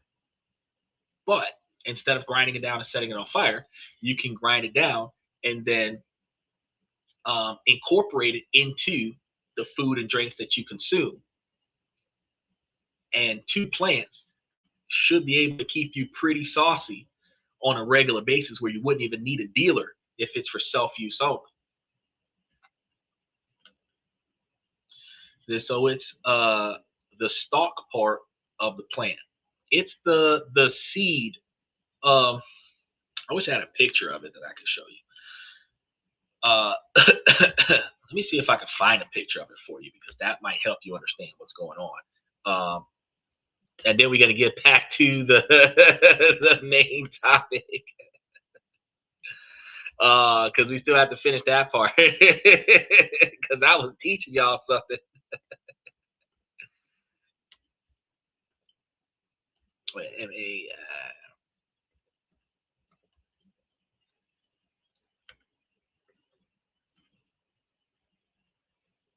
okay, so here we go. I'm gonna put this up there, and then let me open this in a new tab, and then I'm gonna put this on the screen for you so you can see what I'm talking about. I'll be able to. Oh no, you can bring up and put it into your beer. Give me just a second. I'm gonna put this up on the screen for you so you can see what I'm talking about. They actually do have marijuana that is infused in other drinks and stuff. So here, this is what I'm referring to real quick before we get back to the main topic. So you see let me make it full screen. You see that marijuana bud thing. Now that's what the people are selling on the streets, and they're selling it for a pretty penny. Now what they do is they can grind it down, and then you have like a bag of shredded bud, and depending on how much of it by the ounce is what they sell. These little buds here come off of a plant that also has leaves, and that plant might have a certain number of them, 5, 10, 20 of them or whatever. And if you had two plants, you might be able to take one bud off a day or something to that effect, and you could grind it up and then use it in certain situations. And if instead of grinding it up and rolling it up and setting it on fire, you could grind it up and then sprinkle it in your food. You could put it in your beer. You could put it in your drinks. You could distill it into the stuff that you consume, where you still can get the effects of the marijuana without actually having to be seen rolling a joint, lighting up a joint, or be seen carrying bags of it that can be rolled up and set on fire, which prevents you from having to deal with the negative consequences of being in possession of it, because police officers don't look for juicy juice boxes with marijuana in it. They're not looking for like Gatorade Kool-Aid containers full of marijuana in it. They're looking for the actual bud itself. And if it's not there, if rolling papers are there and all this other stuff is not there, they're not looking for it. But if it was in your drink, you could probably have 5 gallons of marijuana, of liquid marijuana in the backseat of your vehicle, and nobody would tell you a thing. See what I'm saying? But if you had 3 little baggies on your passenger seat, you're going to jail. So you can accomplish your goal by doing it a different way, just by finding alternatives to the norm. Now, so until this becomes mainstream, ain't nobody gonna be doing this. But when this becomes a thing, then they're gonna be like, let me test your drink and see if there's marijuana in it, right? Too bad there isn't a beer tree. There's not going to be a beer tree because beer, the creation of beer, is a process that requires you to distill, and the hops and all of this other stuff, that in order for you to get it to the drinking beer part of things. So until you get to that part, you don't actually have what we identify as beer. But you can brew beer in your own bathtub, or if you get those 2 gallon water jugs, you can brew beer at your own house. And you can brew the beer with the hops and the marijuana in the hops, so that you can have marijuana beer that's self-brewed at your house. And because you're doing it at the house, the once the beer is ready, you can drink it at your leisure, and always have the ability to stay on that level without having to worry about negative consequences from law enforcement. Last comment: have you heard about the new cell phone company that doesn't use any of your data, called Free? Nope, I haven't heard from that neither. That I'll do some research on, and I'll talk to you about on tomorrow's show, because I do want to get the rest of today's show done. But I will look into that. That particular, from what I understand, a cell phone company that does not use your data, I'm assuming, is uh, not taking the information off of your transactions that you do with your cell phone, which is kind of keeping you off the grid for advertising. That's going to be a new thing, but they're bouncing off of T-Mobile satellites. So your network is going to be limited, because Trump came out with a Trump phone in September, and he's got like doctors and stuff like that on the phone plan, where you can get a concierge doctor's phone call through the phone plan, and get medical advice from a medical professional. And you had to pay what, 47.49 or 49.47, something like that. Or no, 45.47, because it was coined after his 45th term and his 47th term. So less than $50 a month plus taxes for a phone that is a basic phone with like very good features for elderly people and sick people. Because if medical advice is free on a $50 a month phone bill, that is cheaper than Metro phone, and you can get free doctor's care, free therapists, and stuff to that effect uh, on that same phone bill. So, but it is not a widely used, because it just came out. The company just came out this year, so the company's only been alive since September, which what, October, November, December, like 3 months. So it's not like there's a billion people using this phone. But I'll look into that phone company that you're talking about, and I'll get the ins and outs of it, and I'll try to see if I can discuss some of it either tomorrow or Sunday, because I had a pretty thick topic for you tomorrow. But if I can squeeze it in tomorrow, I will. Now, back to today's topic. Once you get to that 19 and 20-year-old era, you can say welcome to the full launch of your financial plan. You're now building the financial infrastructure for your adult life, and this is where you start creating your first full adult budget, where you're accounting for the big fours, which is rent, food, transportation, and insurances, plus any debt payments that you've occurred over your childhood. So if you were taught wisely by your family members, you would be able to decide what kind of lifestyle that you're going to live. For example, on a $2,500 take home pay after taxes pay, you might have like $1,000 worth of rent, which is over 60% of your income. You know, $300 for food, $150 for transportation, $100 worth of insurance. And that might actually be car insurance, not like health insurance and other stuff. But you stop seeing a budget as restrictions and you see it as a blueprint for the freedom for the type of lifestyle that you want to live. Now, your top priority is building full emergency funds, which 3 to 6 months worth of your basic living expenses held in a simple savings account or a high interest money market account or something to that effect, where your core expenses, sometimes being around $1,750 a month, would have your goal to be at least about $5,250 in a simple savings account or $6,000 or $7,000 in a simple savings account. And this cash cushion is going to end up being your defense. Now, younger in life, if you understand that changing jobs is happening more frequently, you might want to have a goal of getting closer to $7,000 to $10,000 in your emergency fund in case you have to be unemployed for 2 or 3 months while you're changing jobs because the job that you got wasn't the one that you wanted. It was just paying the bills that you had at the time, and then you found a better job, and in that transition phase, you still had to pay your bills.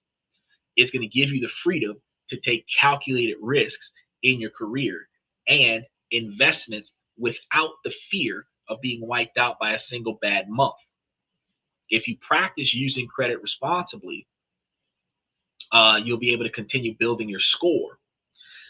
As your parents phase out of your lifestyle as the primary funder of your standard of living, you will be able to learn how to set automatic investing from every paycheck into your Roth IRAs and other accounts. You'd be able to build wealth now, which is set mostly on autopilot. You would also be able to learn the defensive side of money instead of being afraid of. Nice. Special shout out to New Lift. Instead of being afraid of getting debt, you would be able to utilize that debt as a benefit. Because when you leverage a revolving line of credit versus installment loans, you are diversifying your credit history, which diversifies your credit score, which gives you a higher credit score, but it also allows you to only borrow money when you need it to do something reasonably decent with, meaning like instead of borrowing money to buy a car, you might borrow money to consolidate like 6 months worth of expenses and then go and buy a car cash up front. And the money that you're now paying on this installment loan would allow you to use that installment loan for 12 to 18 months and then pay off that installment loan where you took out like a $5,000 or $10,000 loan. And now you're paying off that loan so that that installment loan boosts your credit up. Instead of, or if you got the installment loan as an installment cash loan and you use the installment cash loan to go buy a car cash up front, you have separated the title for the car from the loan. If you get the cash loan separate and then go to the dealership with the cash, buy the car cash up front, you are taking the first steps of separating your debt from your assets. So you're not financing the car where you're using the asset as leverage for the cash that you're using to buy the vehicle. You're going to separate that and you're going to leverage something else to get the loan and then use the cash to get the car. So you could get a $7,000 loan. You're going to tell them that you want a cash loan for bill consolidation or whatever, credit building or whatever. They're going to give you the cash, even if the cash is backed by your emergency fund. The fact is that the cash is not tied to your asset. And then you can take that loan, go and buy you a car cash up front, pay off the loan, and your car is free and clear. And if you do this through a credit union, it's a lot cheaper than doing it through a bank. And those interest rates might even be cheaper than a car loan. Think about that. But in addition to that, you'd be able to teach your kids how to spot scams. Because if it's too hard to pay a source, it's probably a scam. You learn how to protect your personal information so that you're not widely advertising unnecessary things.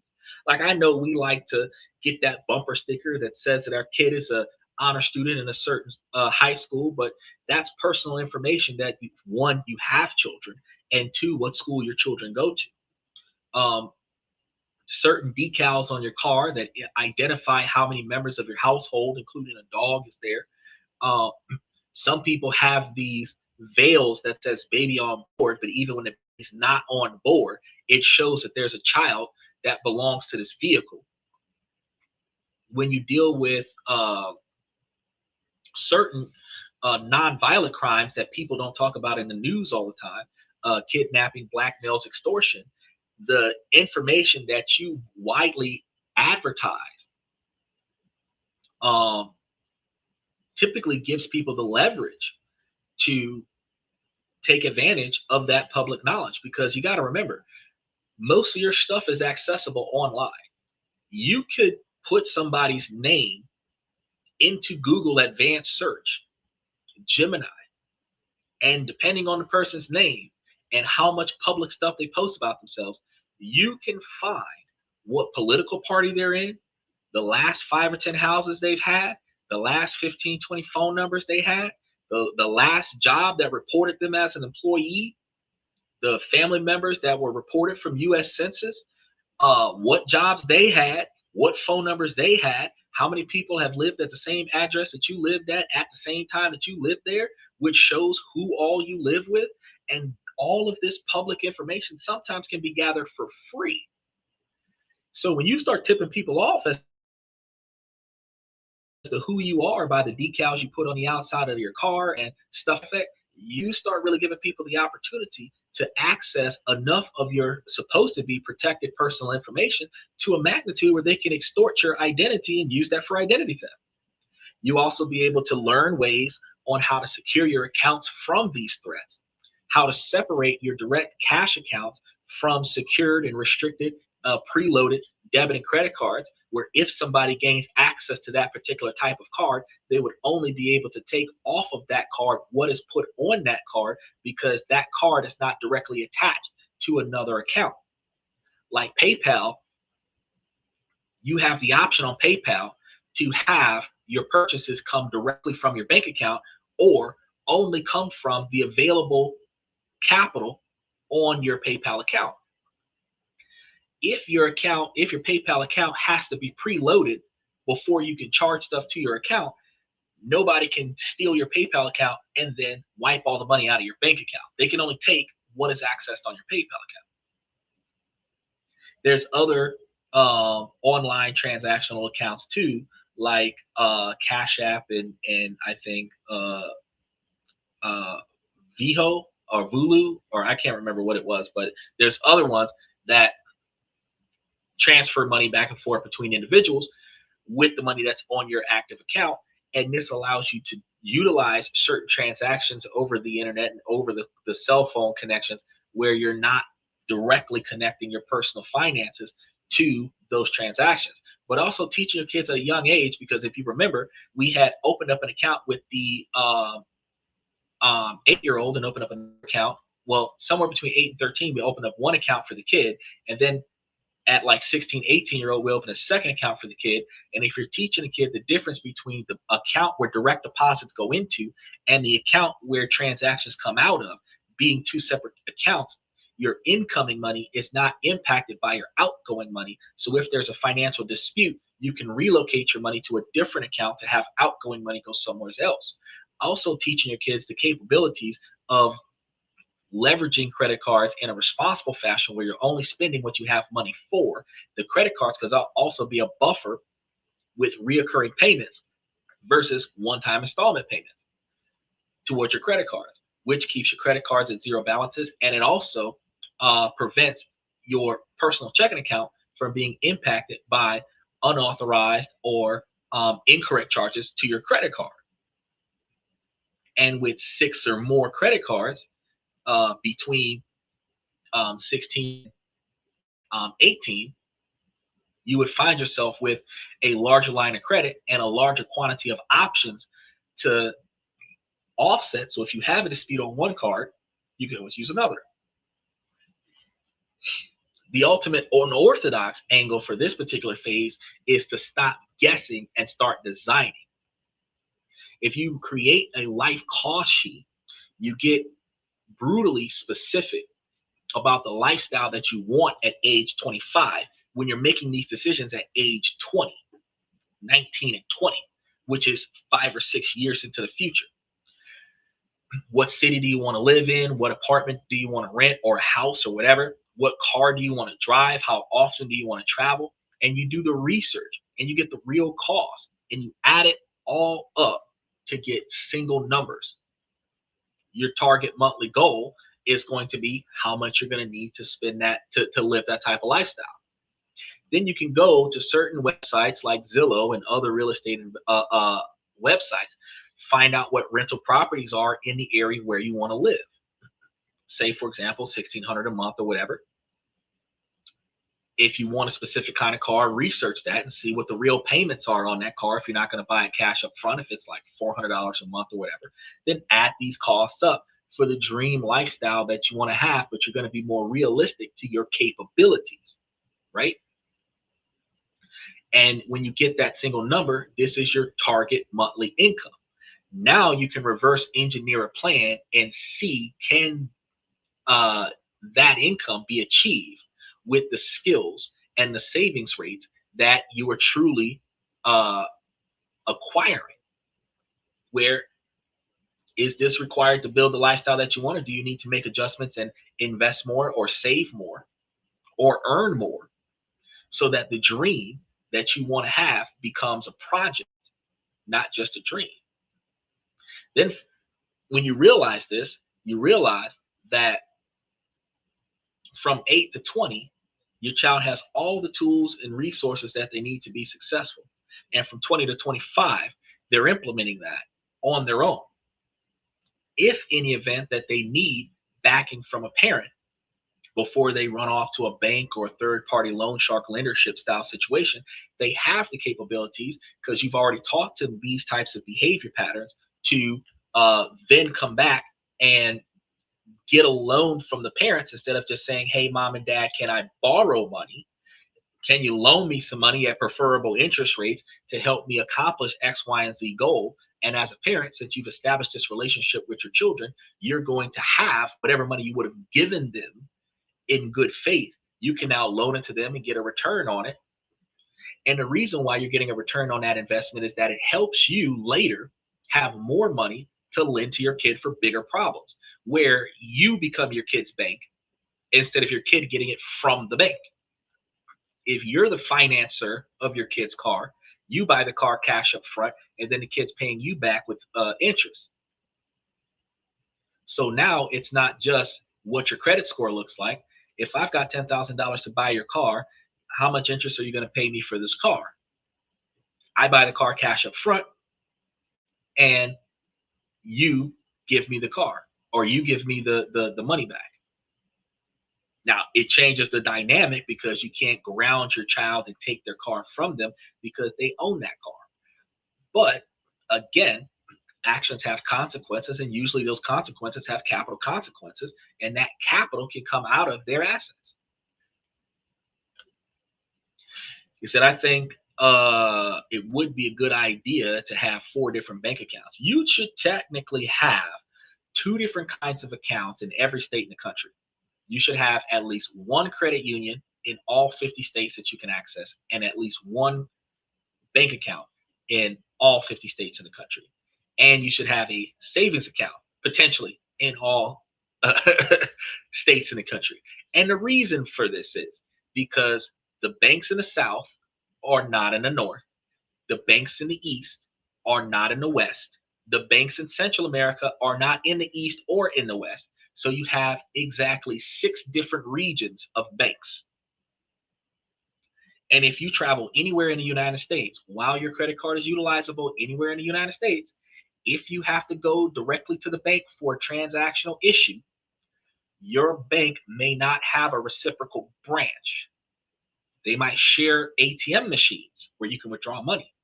But if you have to go inside, or if you have to withdraw money from the account that is larger than the ATM threshold of your bank account, you're stuck.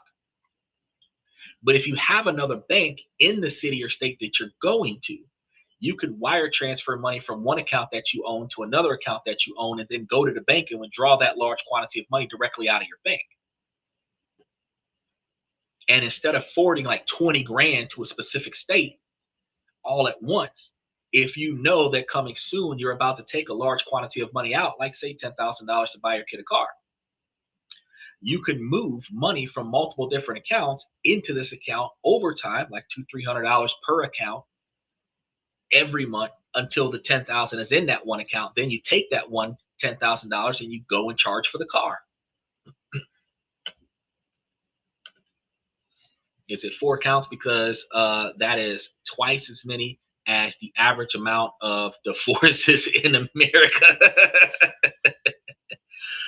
Well, when it comes down to divorces in marriage with prenuptial agreements, you have to identify all of the accounts that you have anyway, because if you leave any out, those accounts are not included in the prenuptial agreement, which means that the wife can take access to those accounts.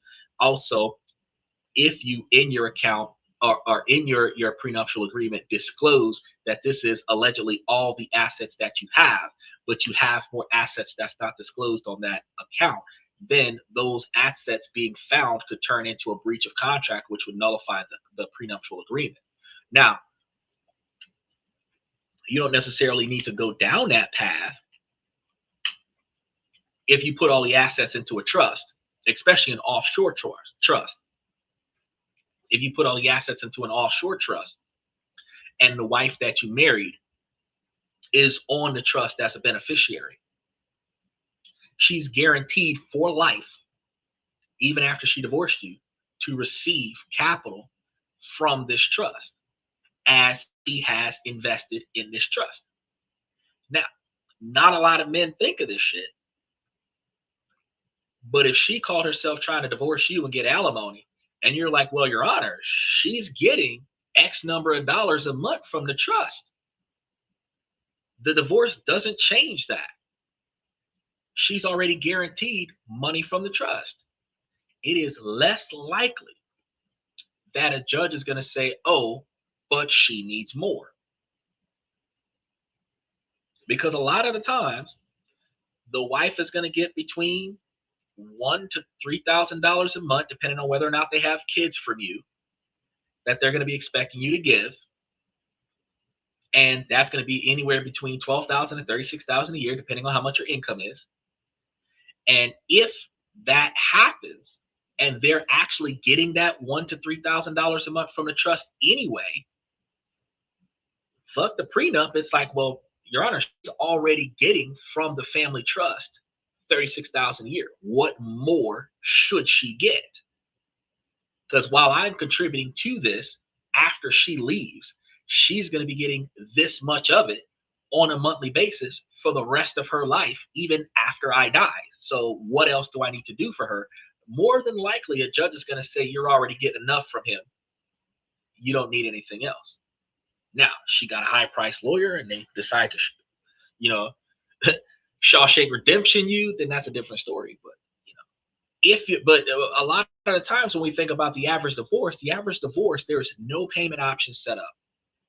The average divorce, there is, once she's gone, there's no income coming in, and a judge has to order for her to receive some type of alimony because he makes more money than her, and she doesn't have enough money to sustain the standard of living that he provided to her. And the law indicates that if she can't sustain herself at the lifestyle that she had in marriage, that the person with the most money has to subsidize the lifestyle to offset that in the divorce. So again, if you're building this trust and everybody's getting broke off, the subsidy is going to come from the trust. It's not going to come from you. You shouldn't have to give her anything else. He says 150 accounts. Does one register a bank account in a state they don't live in? Yeah, you do. Well, I mean, if you're claiming interest on that bank account, yeah, you want to register the interest everywhere you got interest from if you're filing taxes. But you can get these days with fintech, you can actually get um, a, a bank account from every city and every state that you don't live in online. All you have to do is provide your identification cards and wire transfer money into that account to open that account. And then you're going to be doing phone calls and online transactions. So as long as you can prove that you're an American citizen, there are about 4,000 plus credit unions and another 4,000 plus banks where you have over 8,000 financial institutions in the United States. If you had an account with each one of them, you would not have enough money to put $100 in all of them at the same time. You might if you have 50 grand, but 8,000 institutions with $100 in them, it'd be like $800,000. So unless you was rolling, you know what I mean? Well, this guy is talking about when corruption persists long enough, does it stop being violations of moral and morality and start masquerading as tradition? Well, that's the kind of question that you would ask on a Sunday when we have questions and comments from the fans, offsetting from the actual topic at hand. Because actually, right now, we're talking about how to teach your kids how to be financially successful. We're learning all of the financial information that we didn't learn from schools and how we can not only learn this, but we can implement this by teaching our kids this. We can build trust so that we can learn how to move money from our generation to the next generation where we're not dealing with probate or estate tax. And we're talking about how teaching your kids and your grandkids how to be more financially successful than you were when you were growing up, then they will have a head start in being successful in life. But a moral violation is not going to be masqueraded as tradition. It's just going to be, just like racism, traditionally morally unethical. It's the lack of morale and lack of ethics, but it is still traditionally infused in history. It's not a masquerade. Anything that is, if it's wrong, it's always wrong. It's just if it's done often enough, it's tradition to do wrong things. How's it going? Crack it up. This is interesting. What do you do? I don't understand the question. You're asking me what am I doing right now? Because right now we're having a podcast where I'm teaching you guys about finance and personal development. What do I do outside of this? Is I teach people everything that they're not being taught in school. So fundamentally, I'm a teacher. If that helps you, is that I couldn't agree more. Thank you. You're welcome. But on Sunday, if you've got like intellectual questions like that and you want to know more about random things, Sunday is the day for random questions. Typically throughout the week, we have more strategic questions that are in line with the main topic of the subject. And so Dylan says, my prenup would state if she wants a divorce, she has to prove she's not a witch by holding her breath in the bottom of a lake for an hour. Well, uh, that's an interesting joke, but the prenuptial agreement would be in line with where parties are voluntarily agreeing not to receive compensation upon separation for any reason. And if you word it correctly, even infidelity does not breach certain contracts. Uh, but depending on the kind of lawyer, that's an issue that can change things. So if you have like 3 or 4 different prenuptial agreements, one on top of the other that are worded in different ways where it covers just about every type of scenario of a divorce, the 4 or 5 different prenups come together to what is called an ironclad contract, where no matter what circumstance occurs, you're not getting anything.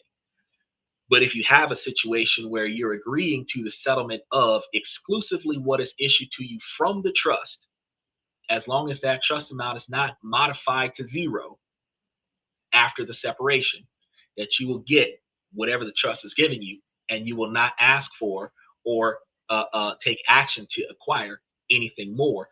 That type of agreement Still stipulated, because if you breach the prenuptial agreement, it's void. And one of the ways that you breach the agreement is by withholding information. That's a thing. But if you're downright trustworthy, well, not trustworthy, but transparent about 100% of what's going on, and you have a contract that you yourself, the creator of the contract, didn't breach, she can't breach the contract and then try to gain compensation off the contract. That's beautiful. I have a financial question. Okay, so what's your financial question? Do you know anything about tax deferred retirement accounts moving to real estate? Tax deferred retirement accounts are accounts that have tax deferred year over year.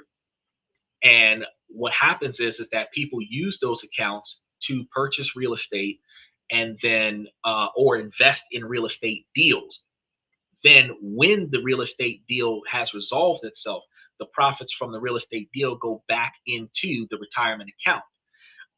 That transaction is not taxed because it is a form of investment for the retirement account. Once the retirement account matures, whatever you get from the retirement account will either be taxed if it is a deferred, or if it's still deferred, you'll pay the tax of that year, or if it is exempt after a certain age, like 69 years old, if that's the write up of your thing where it's deferred for 20 to 30 years, and then after that 20 or 30 years, there is no taxation on it. Once it matures and you're able to get back whatever's in there, then you get back and you don't have to pay taxes on it based on that account. But if it's just deferred and you have to pay taxes on it, you just don't pay taxes on whatever's in that account.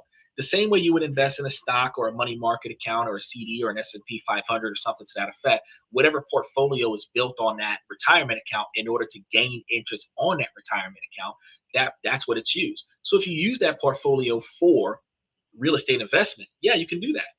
You can invest. Matter of fact, you can have a deferred retirement account, have a real estate business, be an investor of your real estate business, and then have a contract with your investment scenario where the interest rates are higher than the average individual, the same way Donald Trump took out a loan from himself and paid himself back.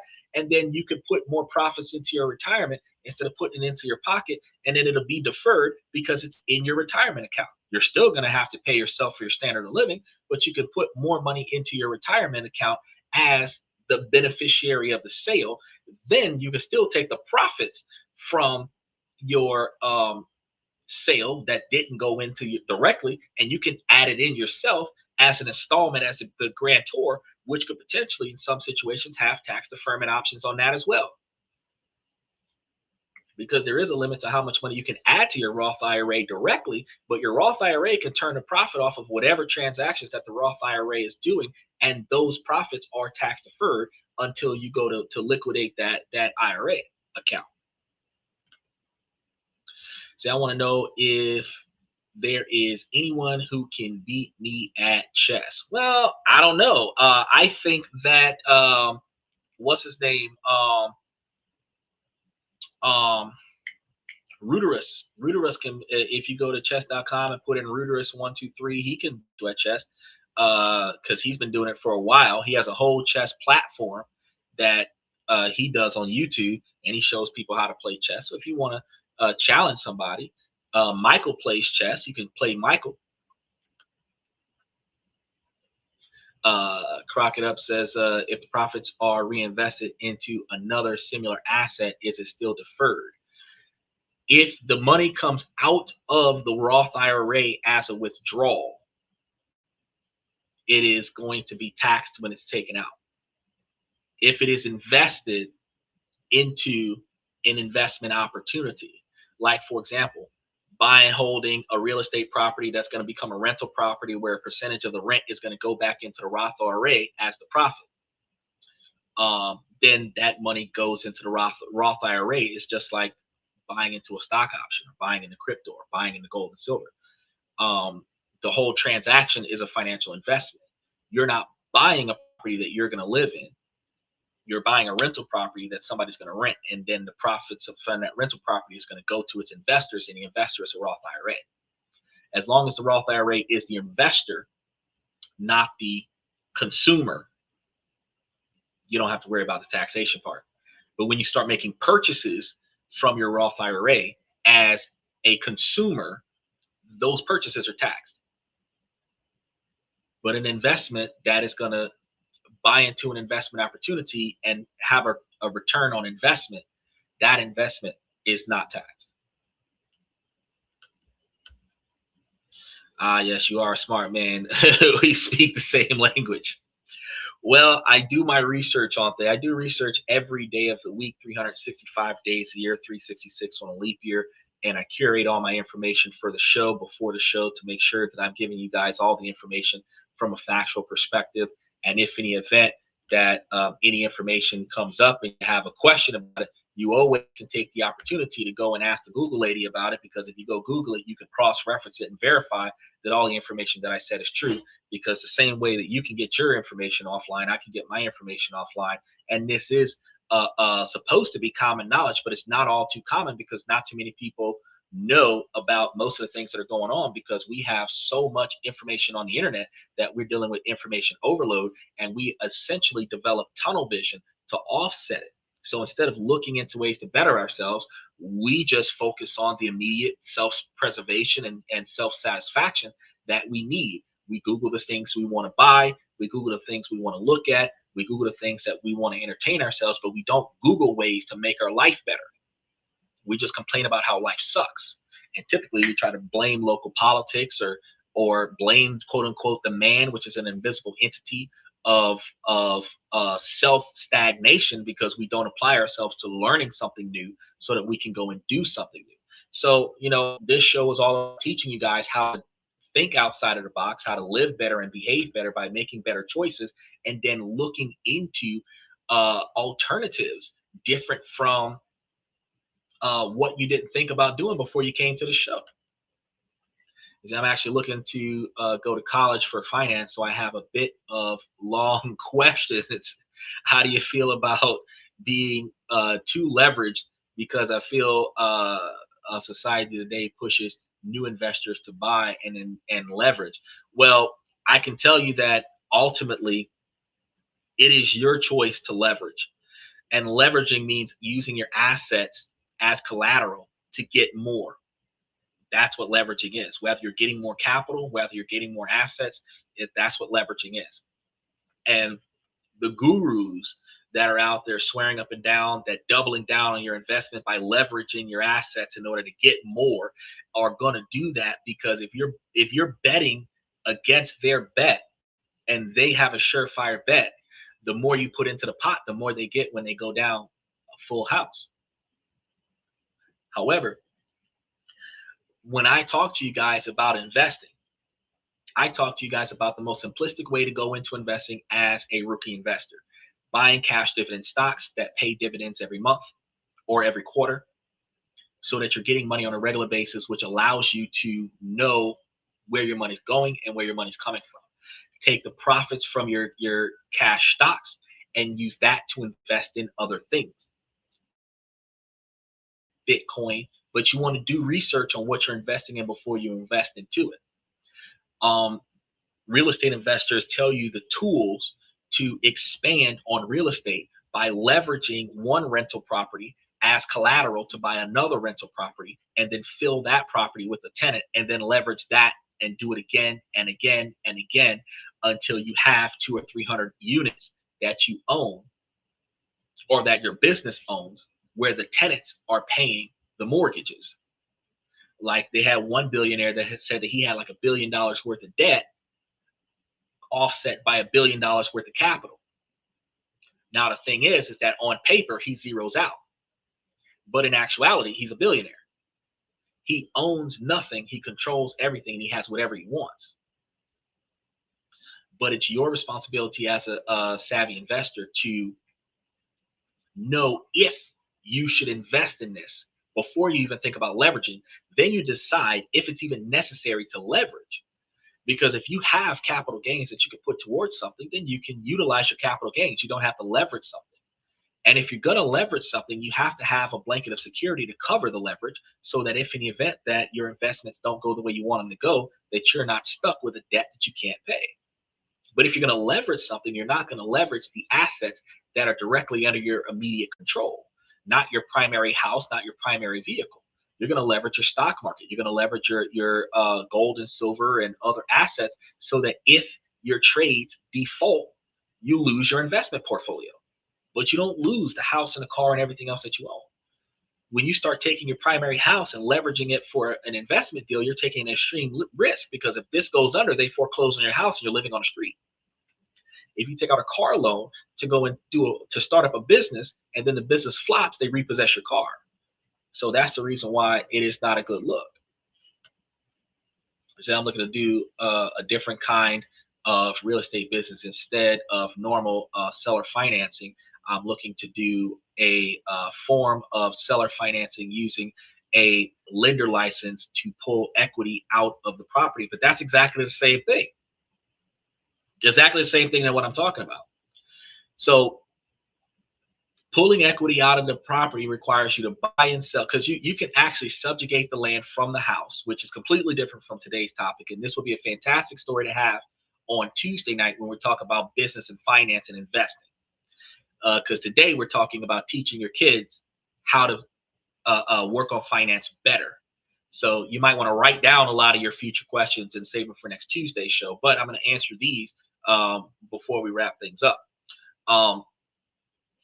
If you're going to subjugate the land where you can sell the house to somebody and then they're going to still lease the land from you on top of that, that's where HOAs come from. When you're dealing with seller finance, where you're going to do almost like, I can't remember the name of the company, but you buy the house and then you do like a rent to own scenario where they rent the property from you for a period of time and then they buy the property from you. You can do that. You can do a self-financing situation where you buy the property from them and then you lease it to the other person, or sell it to the other person through your in-house financing situation, which means that you can control the interest rates. Instead of them trying to get money from the bank, they're going to get it from you. See what I'm saying? And that increases your profitability, which still allows you, if you wanted to do that, pull equity out of the property and go do something else with it, as long as you don't default on the property because somebody else is trying to buy the property. They would have to pay you the amount of mortgage that's on the property before they get the deed on the property, which means that whatever you leverage the property for has to be less than what they're owing you on the property. So when they pay you in full, the loan is paid off, the mortgage is paid off. And instead of doing angel investors or partners, I'm looking to allow tenants to buy in lump sums, ultimately avoiding banks. You can do that. You can start up a company where you can start up a real estate investment trust is what that would be called, where the tenants can buy into the trust and they can get shares out of that trust, where those shares will pay the dividends. And you can take their capital and use that capital to leverage towards picking up more rental properties. You can actually, instead of giving them shares of the property itself, you can give them shares of the rent, where you divide up a certain property. And there's a website, there's an app that has this exact same model that you're talking about that's called Lambda. And what they did was they took an app and everybody can invest on this app for different properties. And the app categorizes how many shares of a specific rental property that they have. They divide the rental property up to a specific quantity of shares, where each person will get so many cents per share on that particular quantity of rent. As that property is being used, that asset gets them dividends. If the property is not being used, where the tenant doesn't pay rent or the tenant moves out and the property doesn't have a tenant in it, they're not getting any dividends. And you can set up that particular type of, and it's going to end up being like an FDIC back situation, but you can set up an app to do that and consolidate, but that's going to be a real estate investment trust model. It's a balloon model because the more people that invest in it, the more money that they're owed. And if you're not taking their money and expanding to gain more rental properties while taking your cut out of the deal and paying yourself, you're going to find that you're going to reach a bubble where there's going to be more people that are owed money than people that paid in money, and you're not going to have enough money to pay back. Where basically you're going to be taking the investment from the next guy to pay off the investors from the last situation, and you're going to be chasing your tail till the bubble bursts. But if you're continuing to expand on the properties, and then as you expand on the properties, uh, you're able to keep that for yourself and then divide the other 90% up to all of the investors. You can get you a lot of investors doing that. Is that I also starting by buying my first house cash and avoiding loans, so I can try my model. You should do that, because actually if you buy your first house cash up front, you can leverage that first house for a 60% loan, buy a second house, have two rental properties with tenants in them, and both of those tenants are splitting the cost of the mortgage. And that'll be a good start for your platform, because once you put up those two properties for people to invest in, you get the money from the investors to help you buy a third and fourth house, potentially pay off the mortgage, where you could then utilize that mortgage to well, utilize the fact that the properties no longer have a mortgage to take 3 or 4 properties, put it together, get you an apartment complex, and then you can do that same model with multiple units in the apartment complex. So instead of them investing in the apartment complex itself, they would invest in the rent for each individual unit of the apartment complex, and that would give them more dividends per unit, and that would give you more shares per unit to split up. But yeah, that's something to do, and you can scale up. It's a fantastic idea. And one of the things you can also do is take some of the money that you have and put it into tax deed states, where the state, the property that you're looking at is already expired from its ability to cash in. You put your money down, clear up the state, foreclose on it, get the property, set it up. You get it for way less than buying it off the market, and then um, put that up there on the app, and then you can start getting paid from that particular property, where you might have would have put $10,000 or $20,000 into acquiring a property and $50,000 to rebuild the property, where $70,000 has you a $300,000 valued property that you can leverage $150,000, which gives you back your entire investment, and put a tenant in there, and now they're paying on a 30-year mortgage. Where a 30-year mortgage might be $900 a month, your rent might be 15 for that same property, where you're getting the difference after they pay the mortgage. So that's actually a really good idea, by using a trust instead of actually selling portions of the house. Yeah, I was also factoring in lowering the rent for the tenants, using their lump sum and buying a safe investment.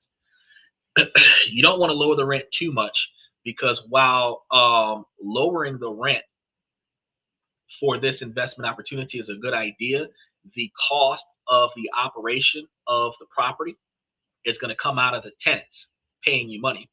So the downside of lowering the rent is that eventually there's going to be repairs. And if you don't have enough money set aside to cover the repairs, you're not making a profit off of the property. And the tenants are still going to have to be satisfied, because you still have laws in every state in the United States about adequate living situations.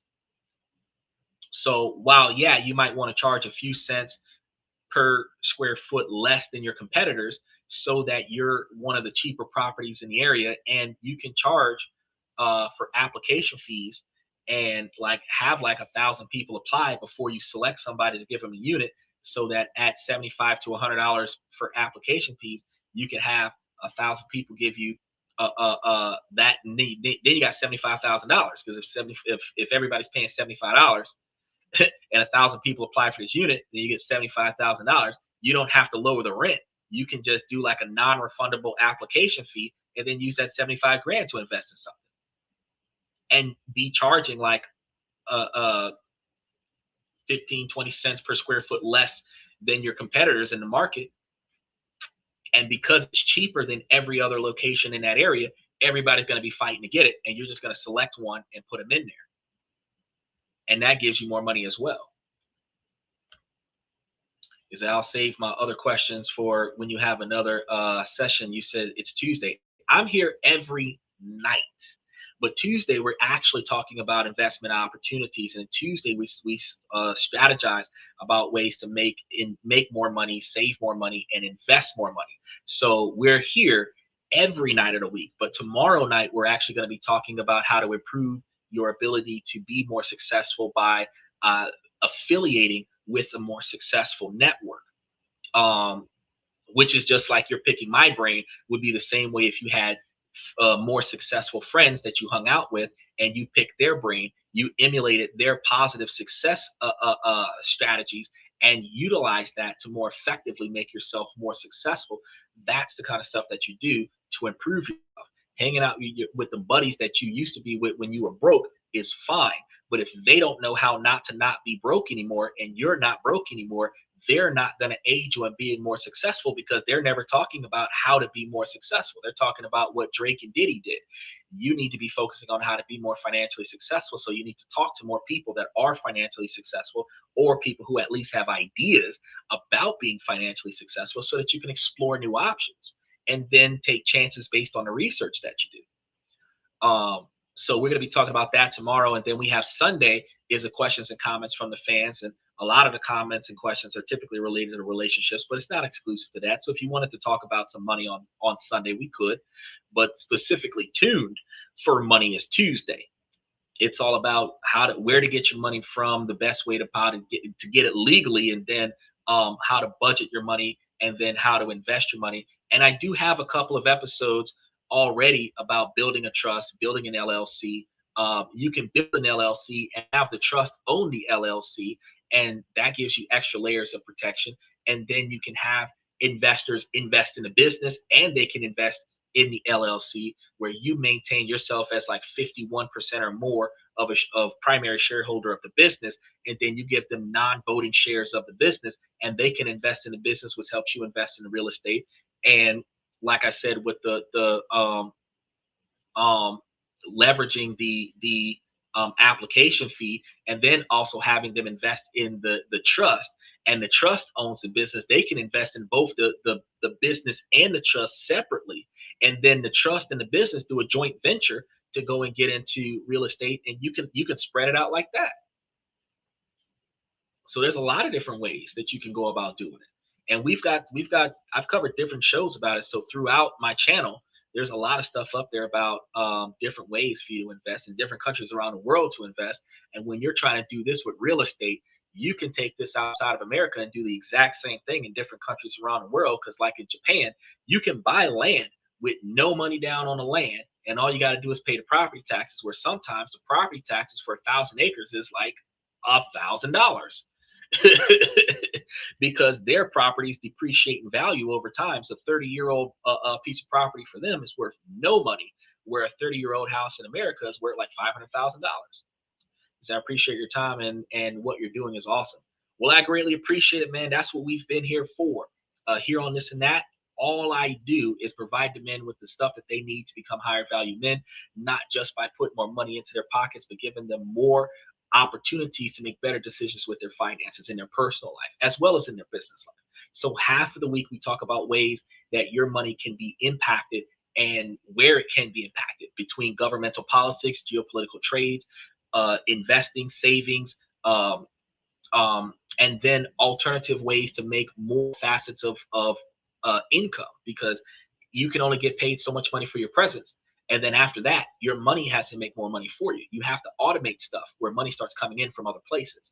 And then we talk about different countries where you can live at on Wednesday for a cheaper price and potentially invest in those countries and make larger quantities of returns on investments in those countries, where eco lodging and other such things have started to become a thing since like 4 months ago, where you can invest in building ground up structures that could then turn you profits in different countries around the world. So and then when you start doing those types of investments, you have also the opportunity of getting citizenship in other countries, green cards, and other such things that helps you have better travel rights, because places you can't go as an American, you can go from the Caribbean. You can have more taxation privileges, because certain states, or well, certain countries that don't tax you, that have reciprocity laws with the United States, if you are over there as a business, your money isn't going to be taxed by the United States the way it would be taxed as an individual. So there's a lot of things that you can do and learn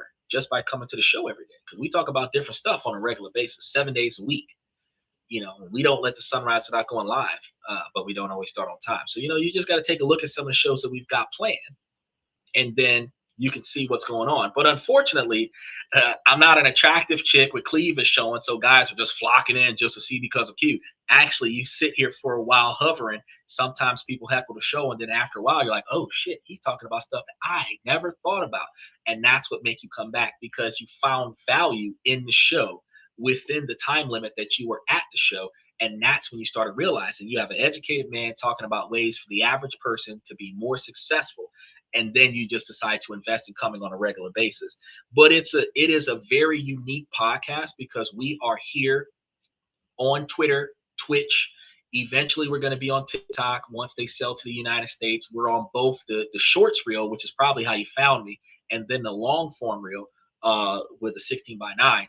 And we've got all kinds of opportunities and all kinds of ways that we talk to you guys. And it's a multi-brand interaction. So YouTube can talk to TikTok and Twitch when they're communicating on the channel, because a lot of y'all's comments are seen at the bottom for the 16:9 and at the top for the 9:16. And everybody knows what everybody's saying as long as their comments are appropriate. Michael was a little bit inappropriate today, but he's been around for a while. And that's what this is what we do. We try to help guys, because we crack jokes. It's an adult channel, but I want to make sure that the kids learn something, because we didn't have mentorship growing up. We didn't have it because our parents didn't have it to give to us. And as I get it, I'm a teacher. I teach it to everybody else. So, because knowledge is supposed to be free, but you only get knowledge by buying a book, attending a seminar, going to a retreat, and you just spent 4 days not learning shit.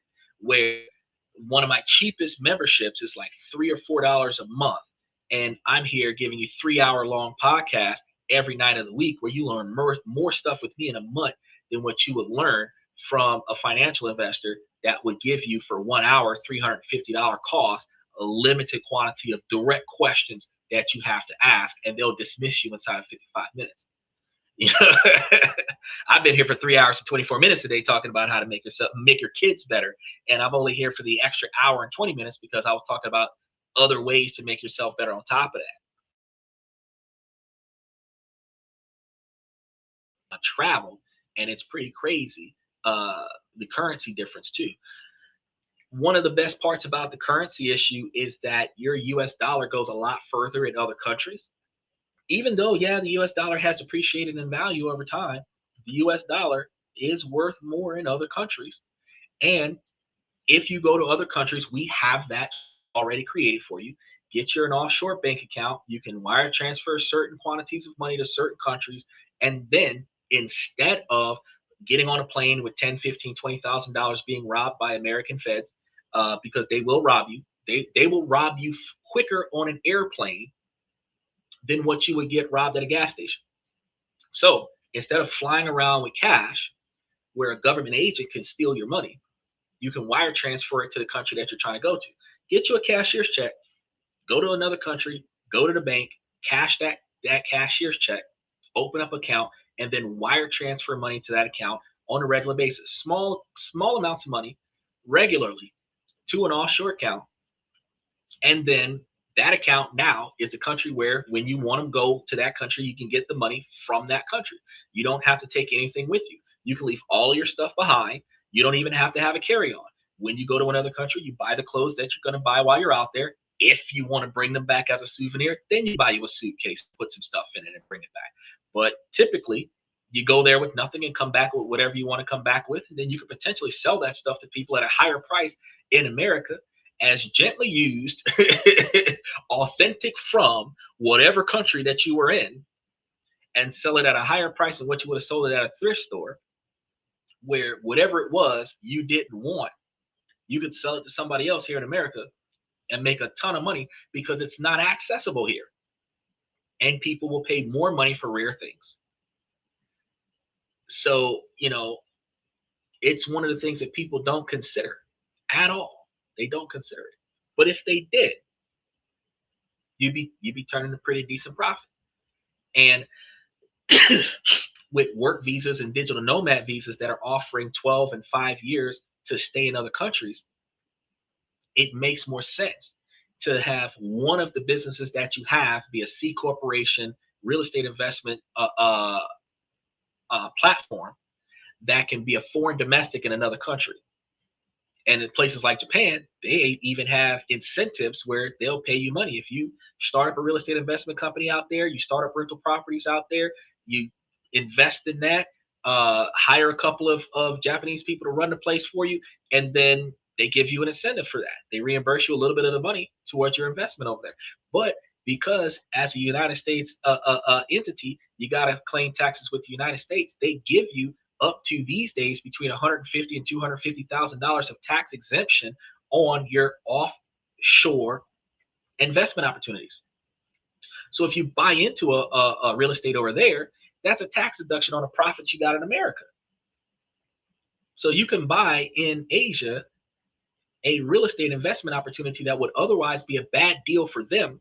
You could turn it into a good deal for you because you're buying into something that will save you taxes on something that you are making profits on in America. And you can do that all around the world.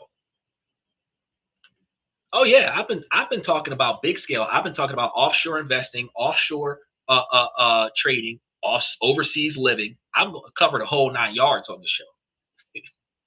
Yeah, not too many people know about that. And I had did the digging, and then I started putting the pieces together, and I was like, oh shit, because they have tax reciprocities with several countries around the world.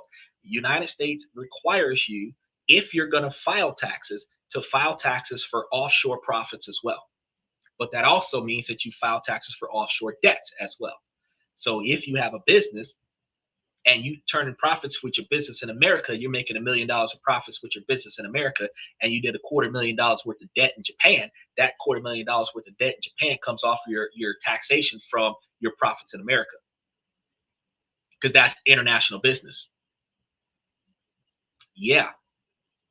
And if you're doing business in countries that doesn't have taxation, you can do real estate in those countries, turn a pure profit, and any debt that you gain from starting up the business over there is offset by the profits that you made in the United States. This is how millionaires are becoming billionaires.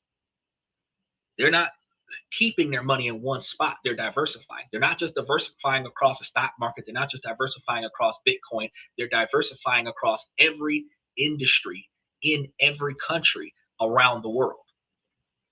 And the bigger your situation gets, the more people you work for, the more people that work for you, and the more people that work for you, the more you have people helping you find better deals where you can get more stuff, where you can have more things that can be leveraged to get more stuff. That's why they keep talking about leveraging. If you use one house to get two and you got two tenants paying on one mortgage, you pay it off faster. You leverage those two houses to get a house that costs 4 times more than that, because typically you're leveraging about 50 to 60% of the house, 65% at the most. If you've got two $500,000 properties, you can leverage both of them for $500,000, $250,000 a piece, which is 50% of each property. But now you got $500,000, and 30% of a investment deal is a $1.5 million property. Well, if you could put $500,000 towards a $1.5 million property, you just went from 2 houses to 2 houses and an apartment complex. Just that simple. And all it takes is for you to think outside the box, balance your budget, make sure that you don't draw in more debt than you have profits, and then continue to diversify. You have to take into consideration what happens when government shutdowns occur and a large majority of your tenants are government agents. You have to take into account that there are a lot of government incentives from the United States that helps you, that provides you reimbursement for at-risk environments, low-income environments. There's more profits to be made in Section 8 housing than what there needs in like regular real estate investment opportunities, and the money is more guaranteed with Section 8 housing than what it is from people that are not on Section 8, because federal agents making $250,000 a year didn't have money for 6 weeks, but poor people was rent was paid every month on the first. So even though the government shut down, rent got paid. That budget was that HUD budget wasn't modified. See what I'm saying? So all it takes is for you to think outside of the box. But as adults, we restrict ourselves to a list of things we cannot do. And we set those limitations. Oh, I can't do that. Why? I don't know. I just don't think I can. Not because you tried and you failed. You didn't try because you didn't think you would succeed. And that's where you set your own limitations in life. So I continue to encourage people to think about outside of the box. Think about, first of all, you build a plan of what ifs. And then you offset that plan of what ifs to what you're actually capable of doing. And that will be your limitations. How much money can you put up? How much money can you get an investor to put up? How much effort can you put into this versus how much extra effort you have to get from other people? How much money you got to pay those people for their effort? And if the plan is doable, execute it. And if the plan is doable, guess what? That is a business plan. And that business plan can get you a $50,000 SBA loan. Plain and simple. You start with a hypothetical and you work your way down to actual. Do you think foreign investing is going to slow down the incentive considering current political situations in the United States? No. The foreign incentives in other countries have nothing to do with the United States. Those incentives are to develop their country. And all of the countries around the world have real estate incentives to build up low income areas so that they can help more people who can't afford to pay for living have a place to live. They also have energy and fuels and other such like precious minerals and mining and stuff like that every country does. But you're in real estate, and in real estate, the incentives in real estate are not changing because there are more people who can't afford to live, and there are less houses for the quantity of people. I think I just covered that not too long ago over the last week, that there are essentially, actually, I think I covered it on Monday's night show, where there's essentially well over 1 or 2 million unhoused individuals in the United States because there aren't available housing. Not because they can't afford it, because it's not there. While granted, yeah, there are houses up for sale. The average renter doesn't have an availability to rent at their current income level. So building rental properties for low income individuals is a very huge market because you have potentially 2 million people that need a place to live.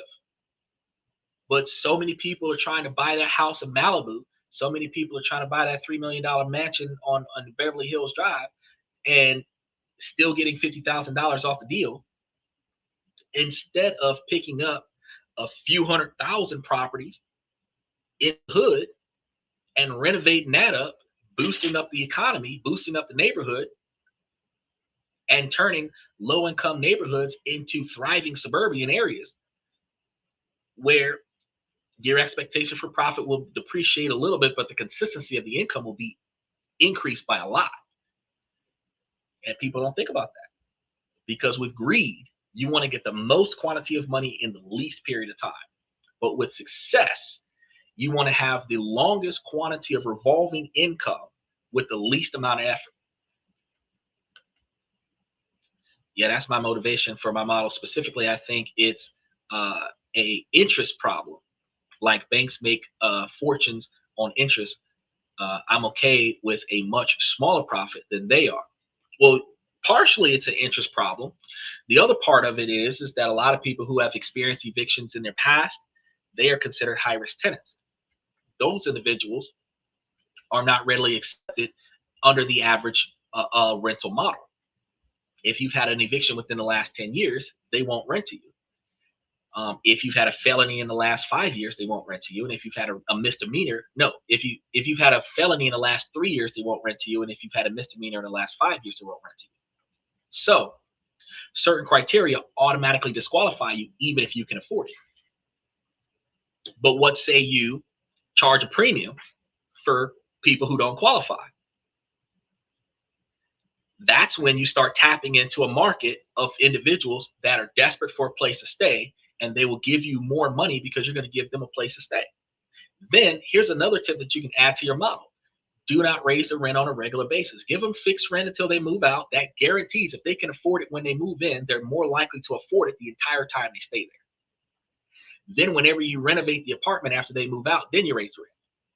Several millionaires have said that's the best way to go, because instead of having 70% retention, you have closer to 96% retention, because by raising the rent, they afforded it at first, and then you raised it beyond their affordability, and now you're evicting them because they can't afford the higher rent. If you would have kept it where it was, they would have been good. And even with Section 8, if you raise the rent, Section 8 is going to give you a fixed quantity of money. So when you raise the rent, it just requires the tenant to offset the difference.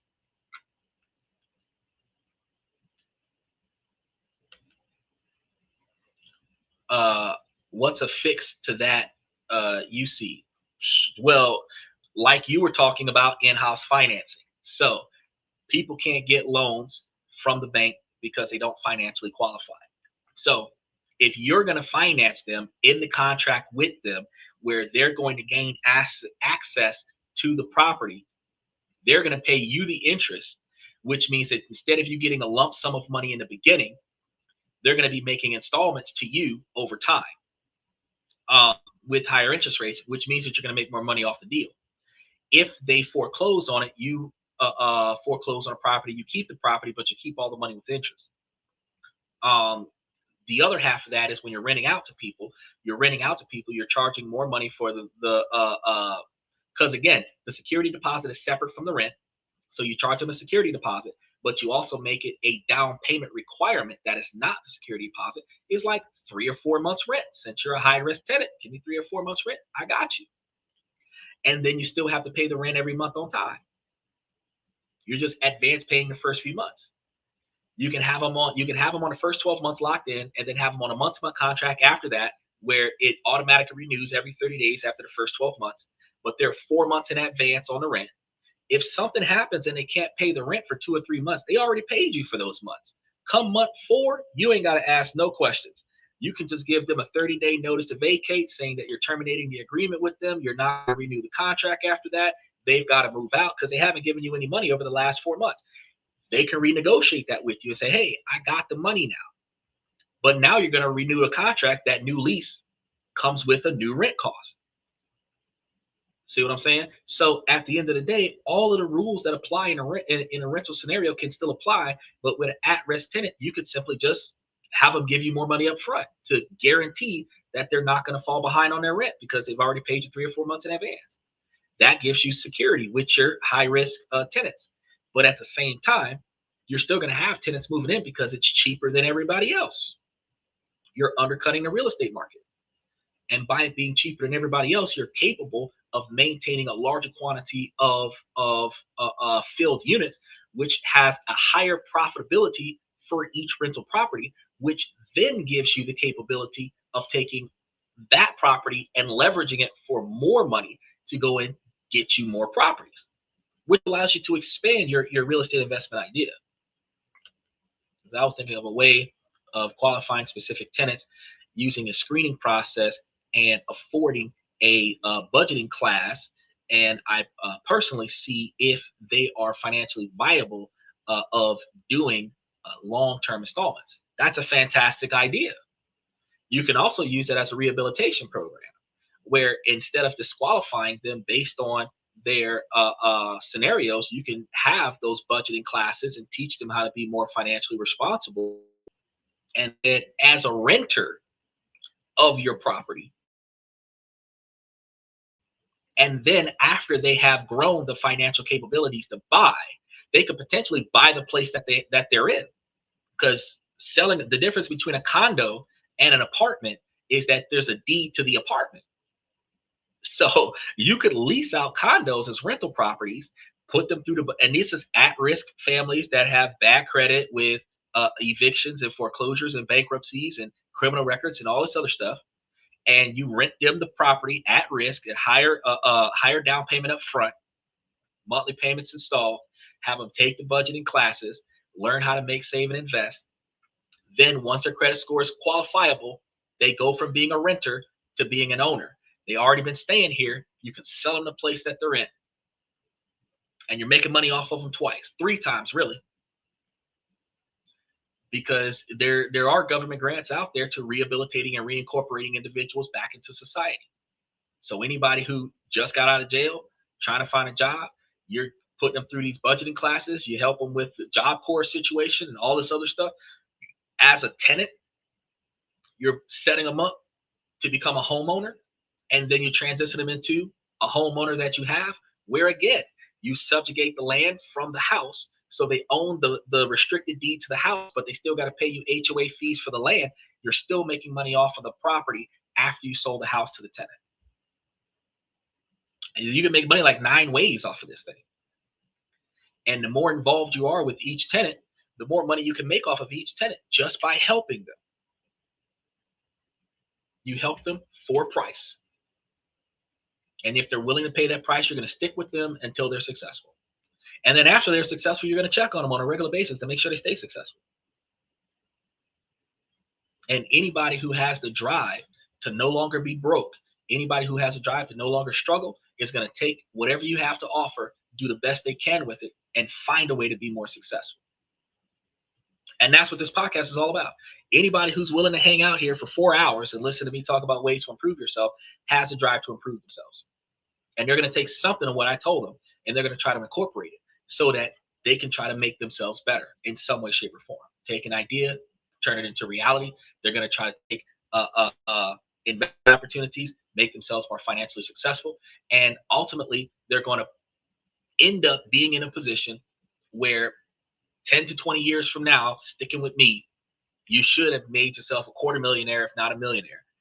If you're making better decisions, doing your research. Don't just take my word for it. My word is like Wikipedia. You want to take the knowledge that I gave you as a foundational investigative tool and use that to do deeper dives into whatever it is that you're trying to do.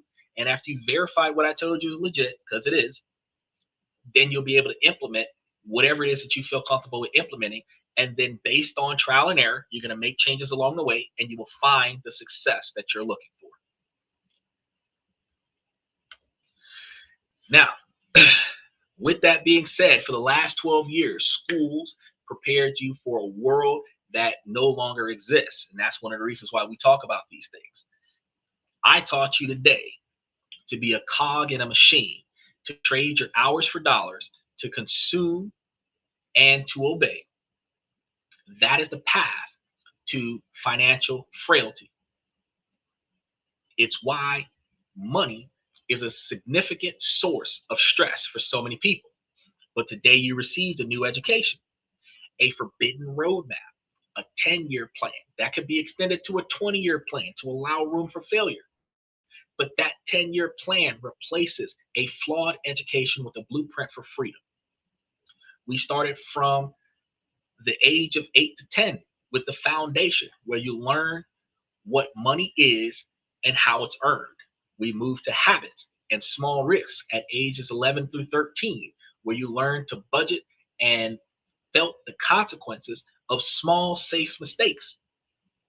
Then came real income and banking at ages 14 through 16, where you deconstructed your first paycheck and linked work to your lifestyle.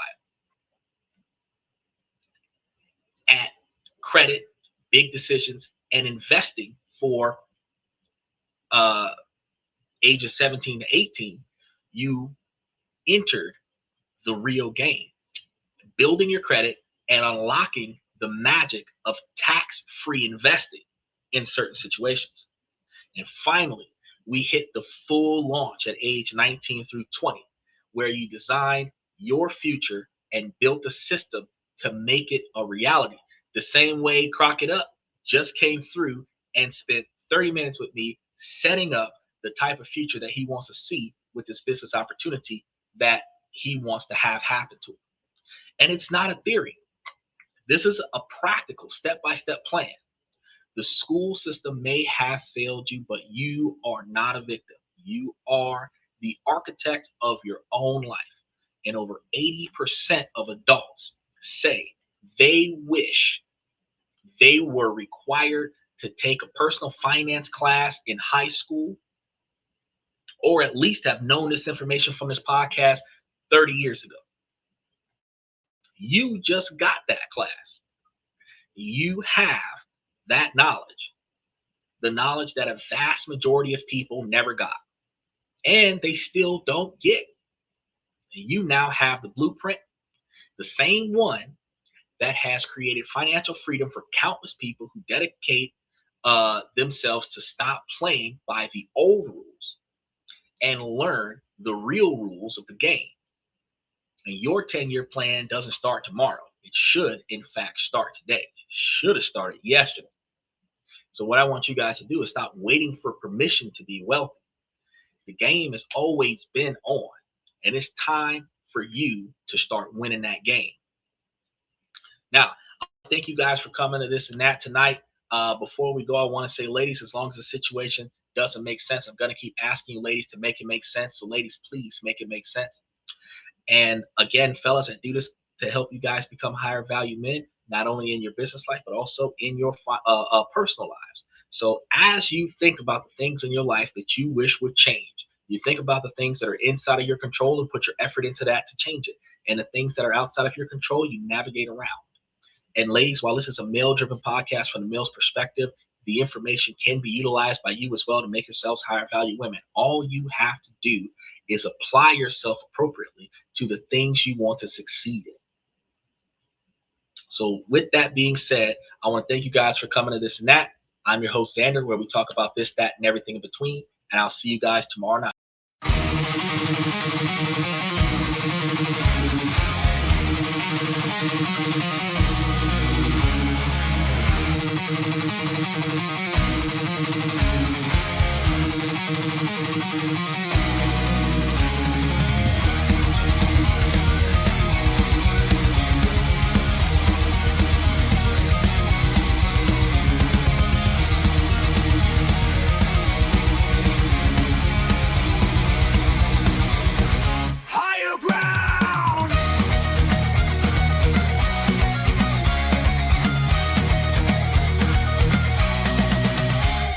Chase validation, now I validate myself. Building inner strength, putting doubt upon the shelf. No more unnecessary drama, no more wasted time. Climbing higher, constantly making my own climb.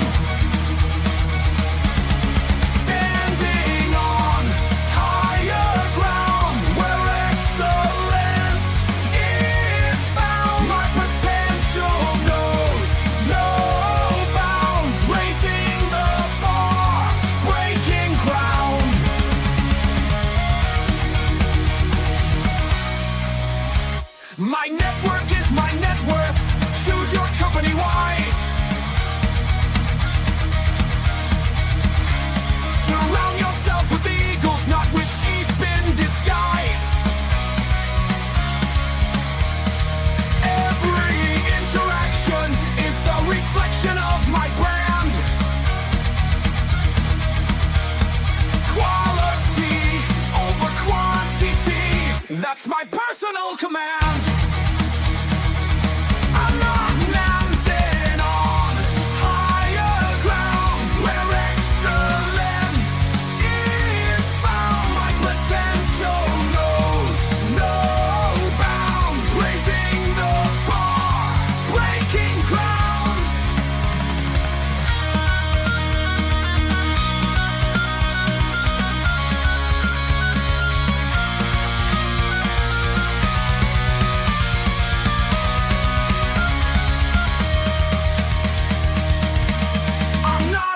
just living, I'm manifesting my vision, cutting through limitations with surgical precision. My expectations are my compass, my respect is my shield to mediocrity and chaos. I will never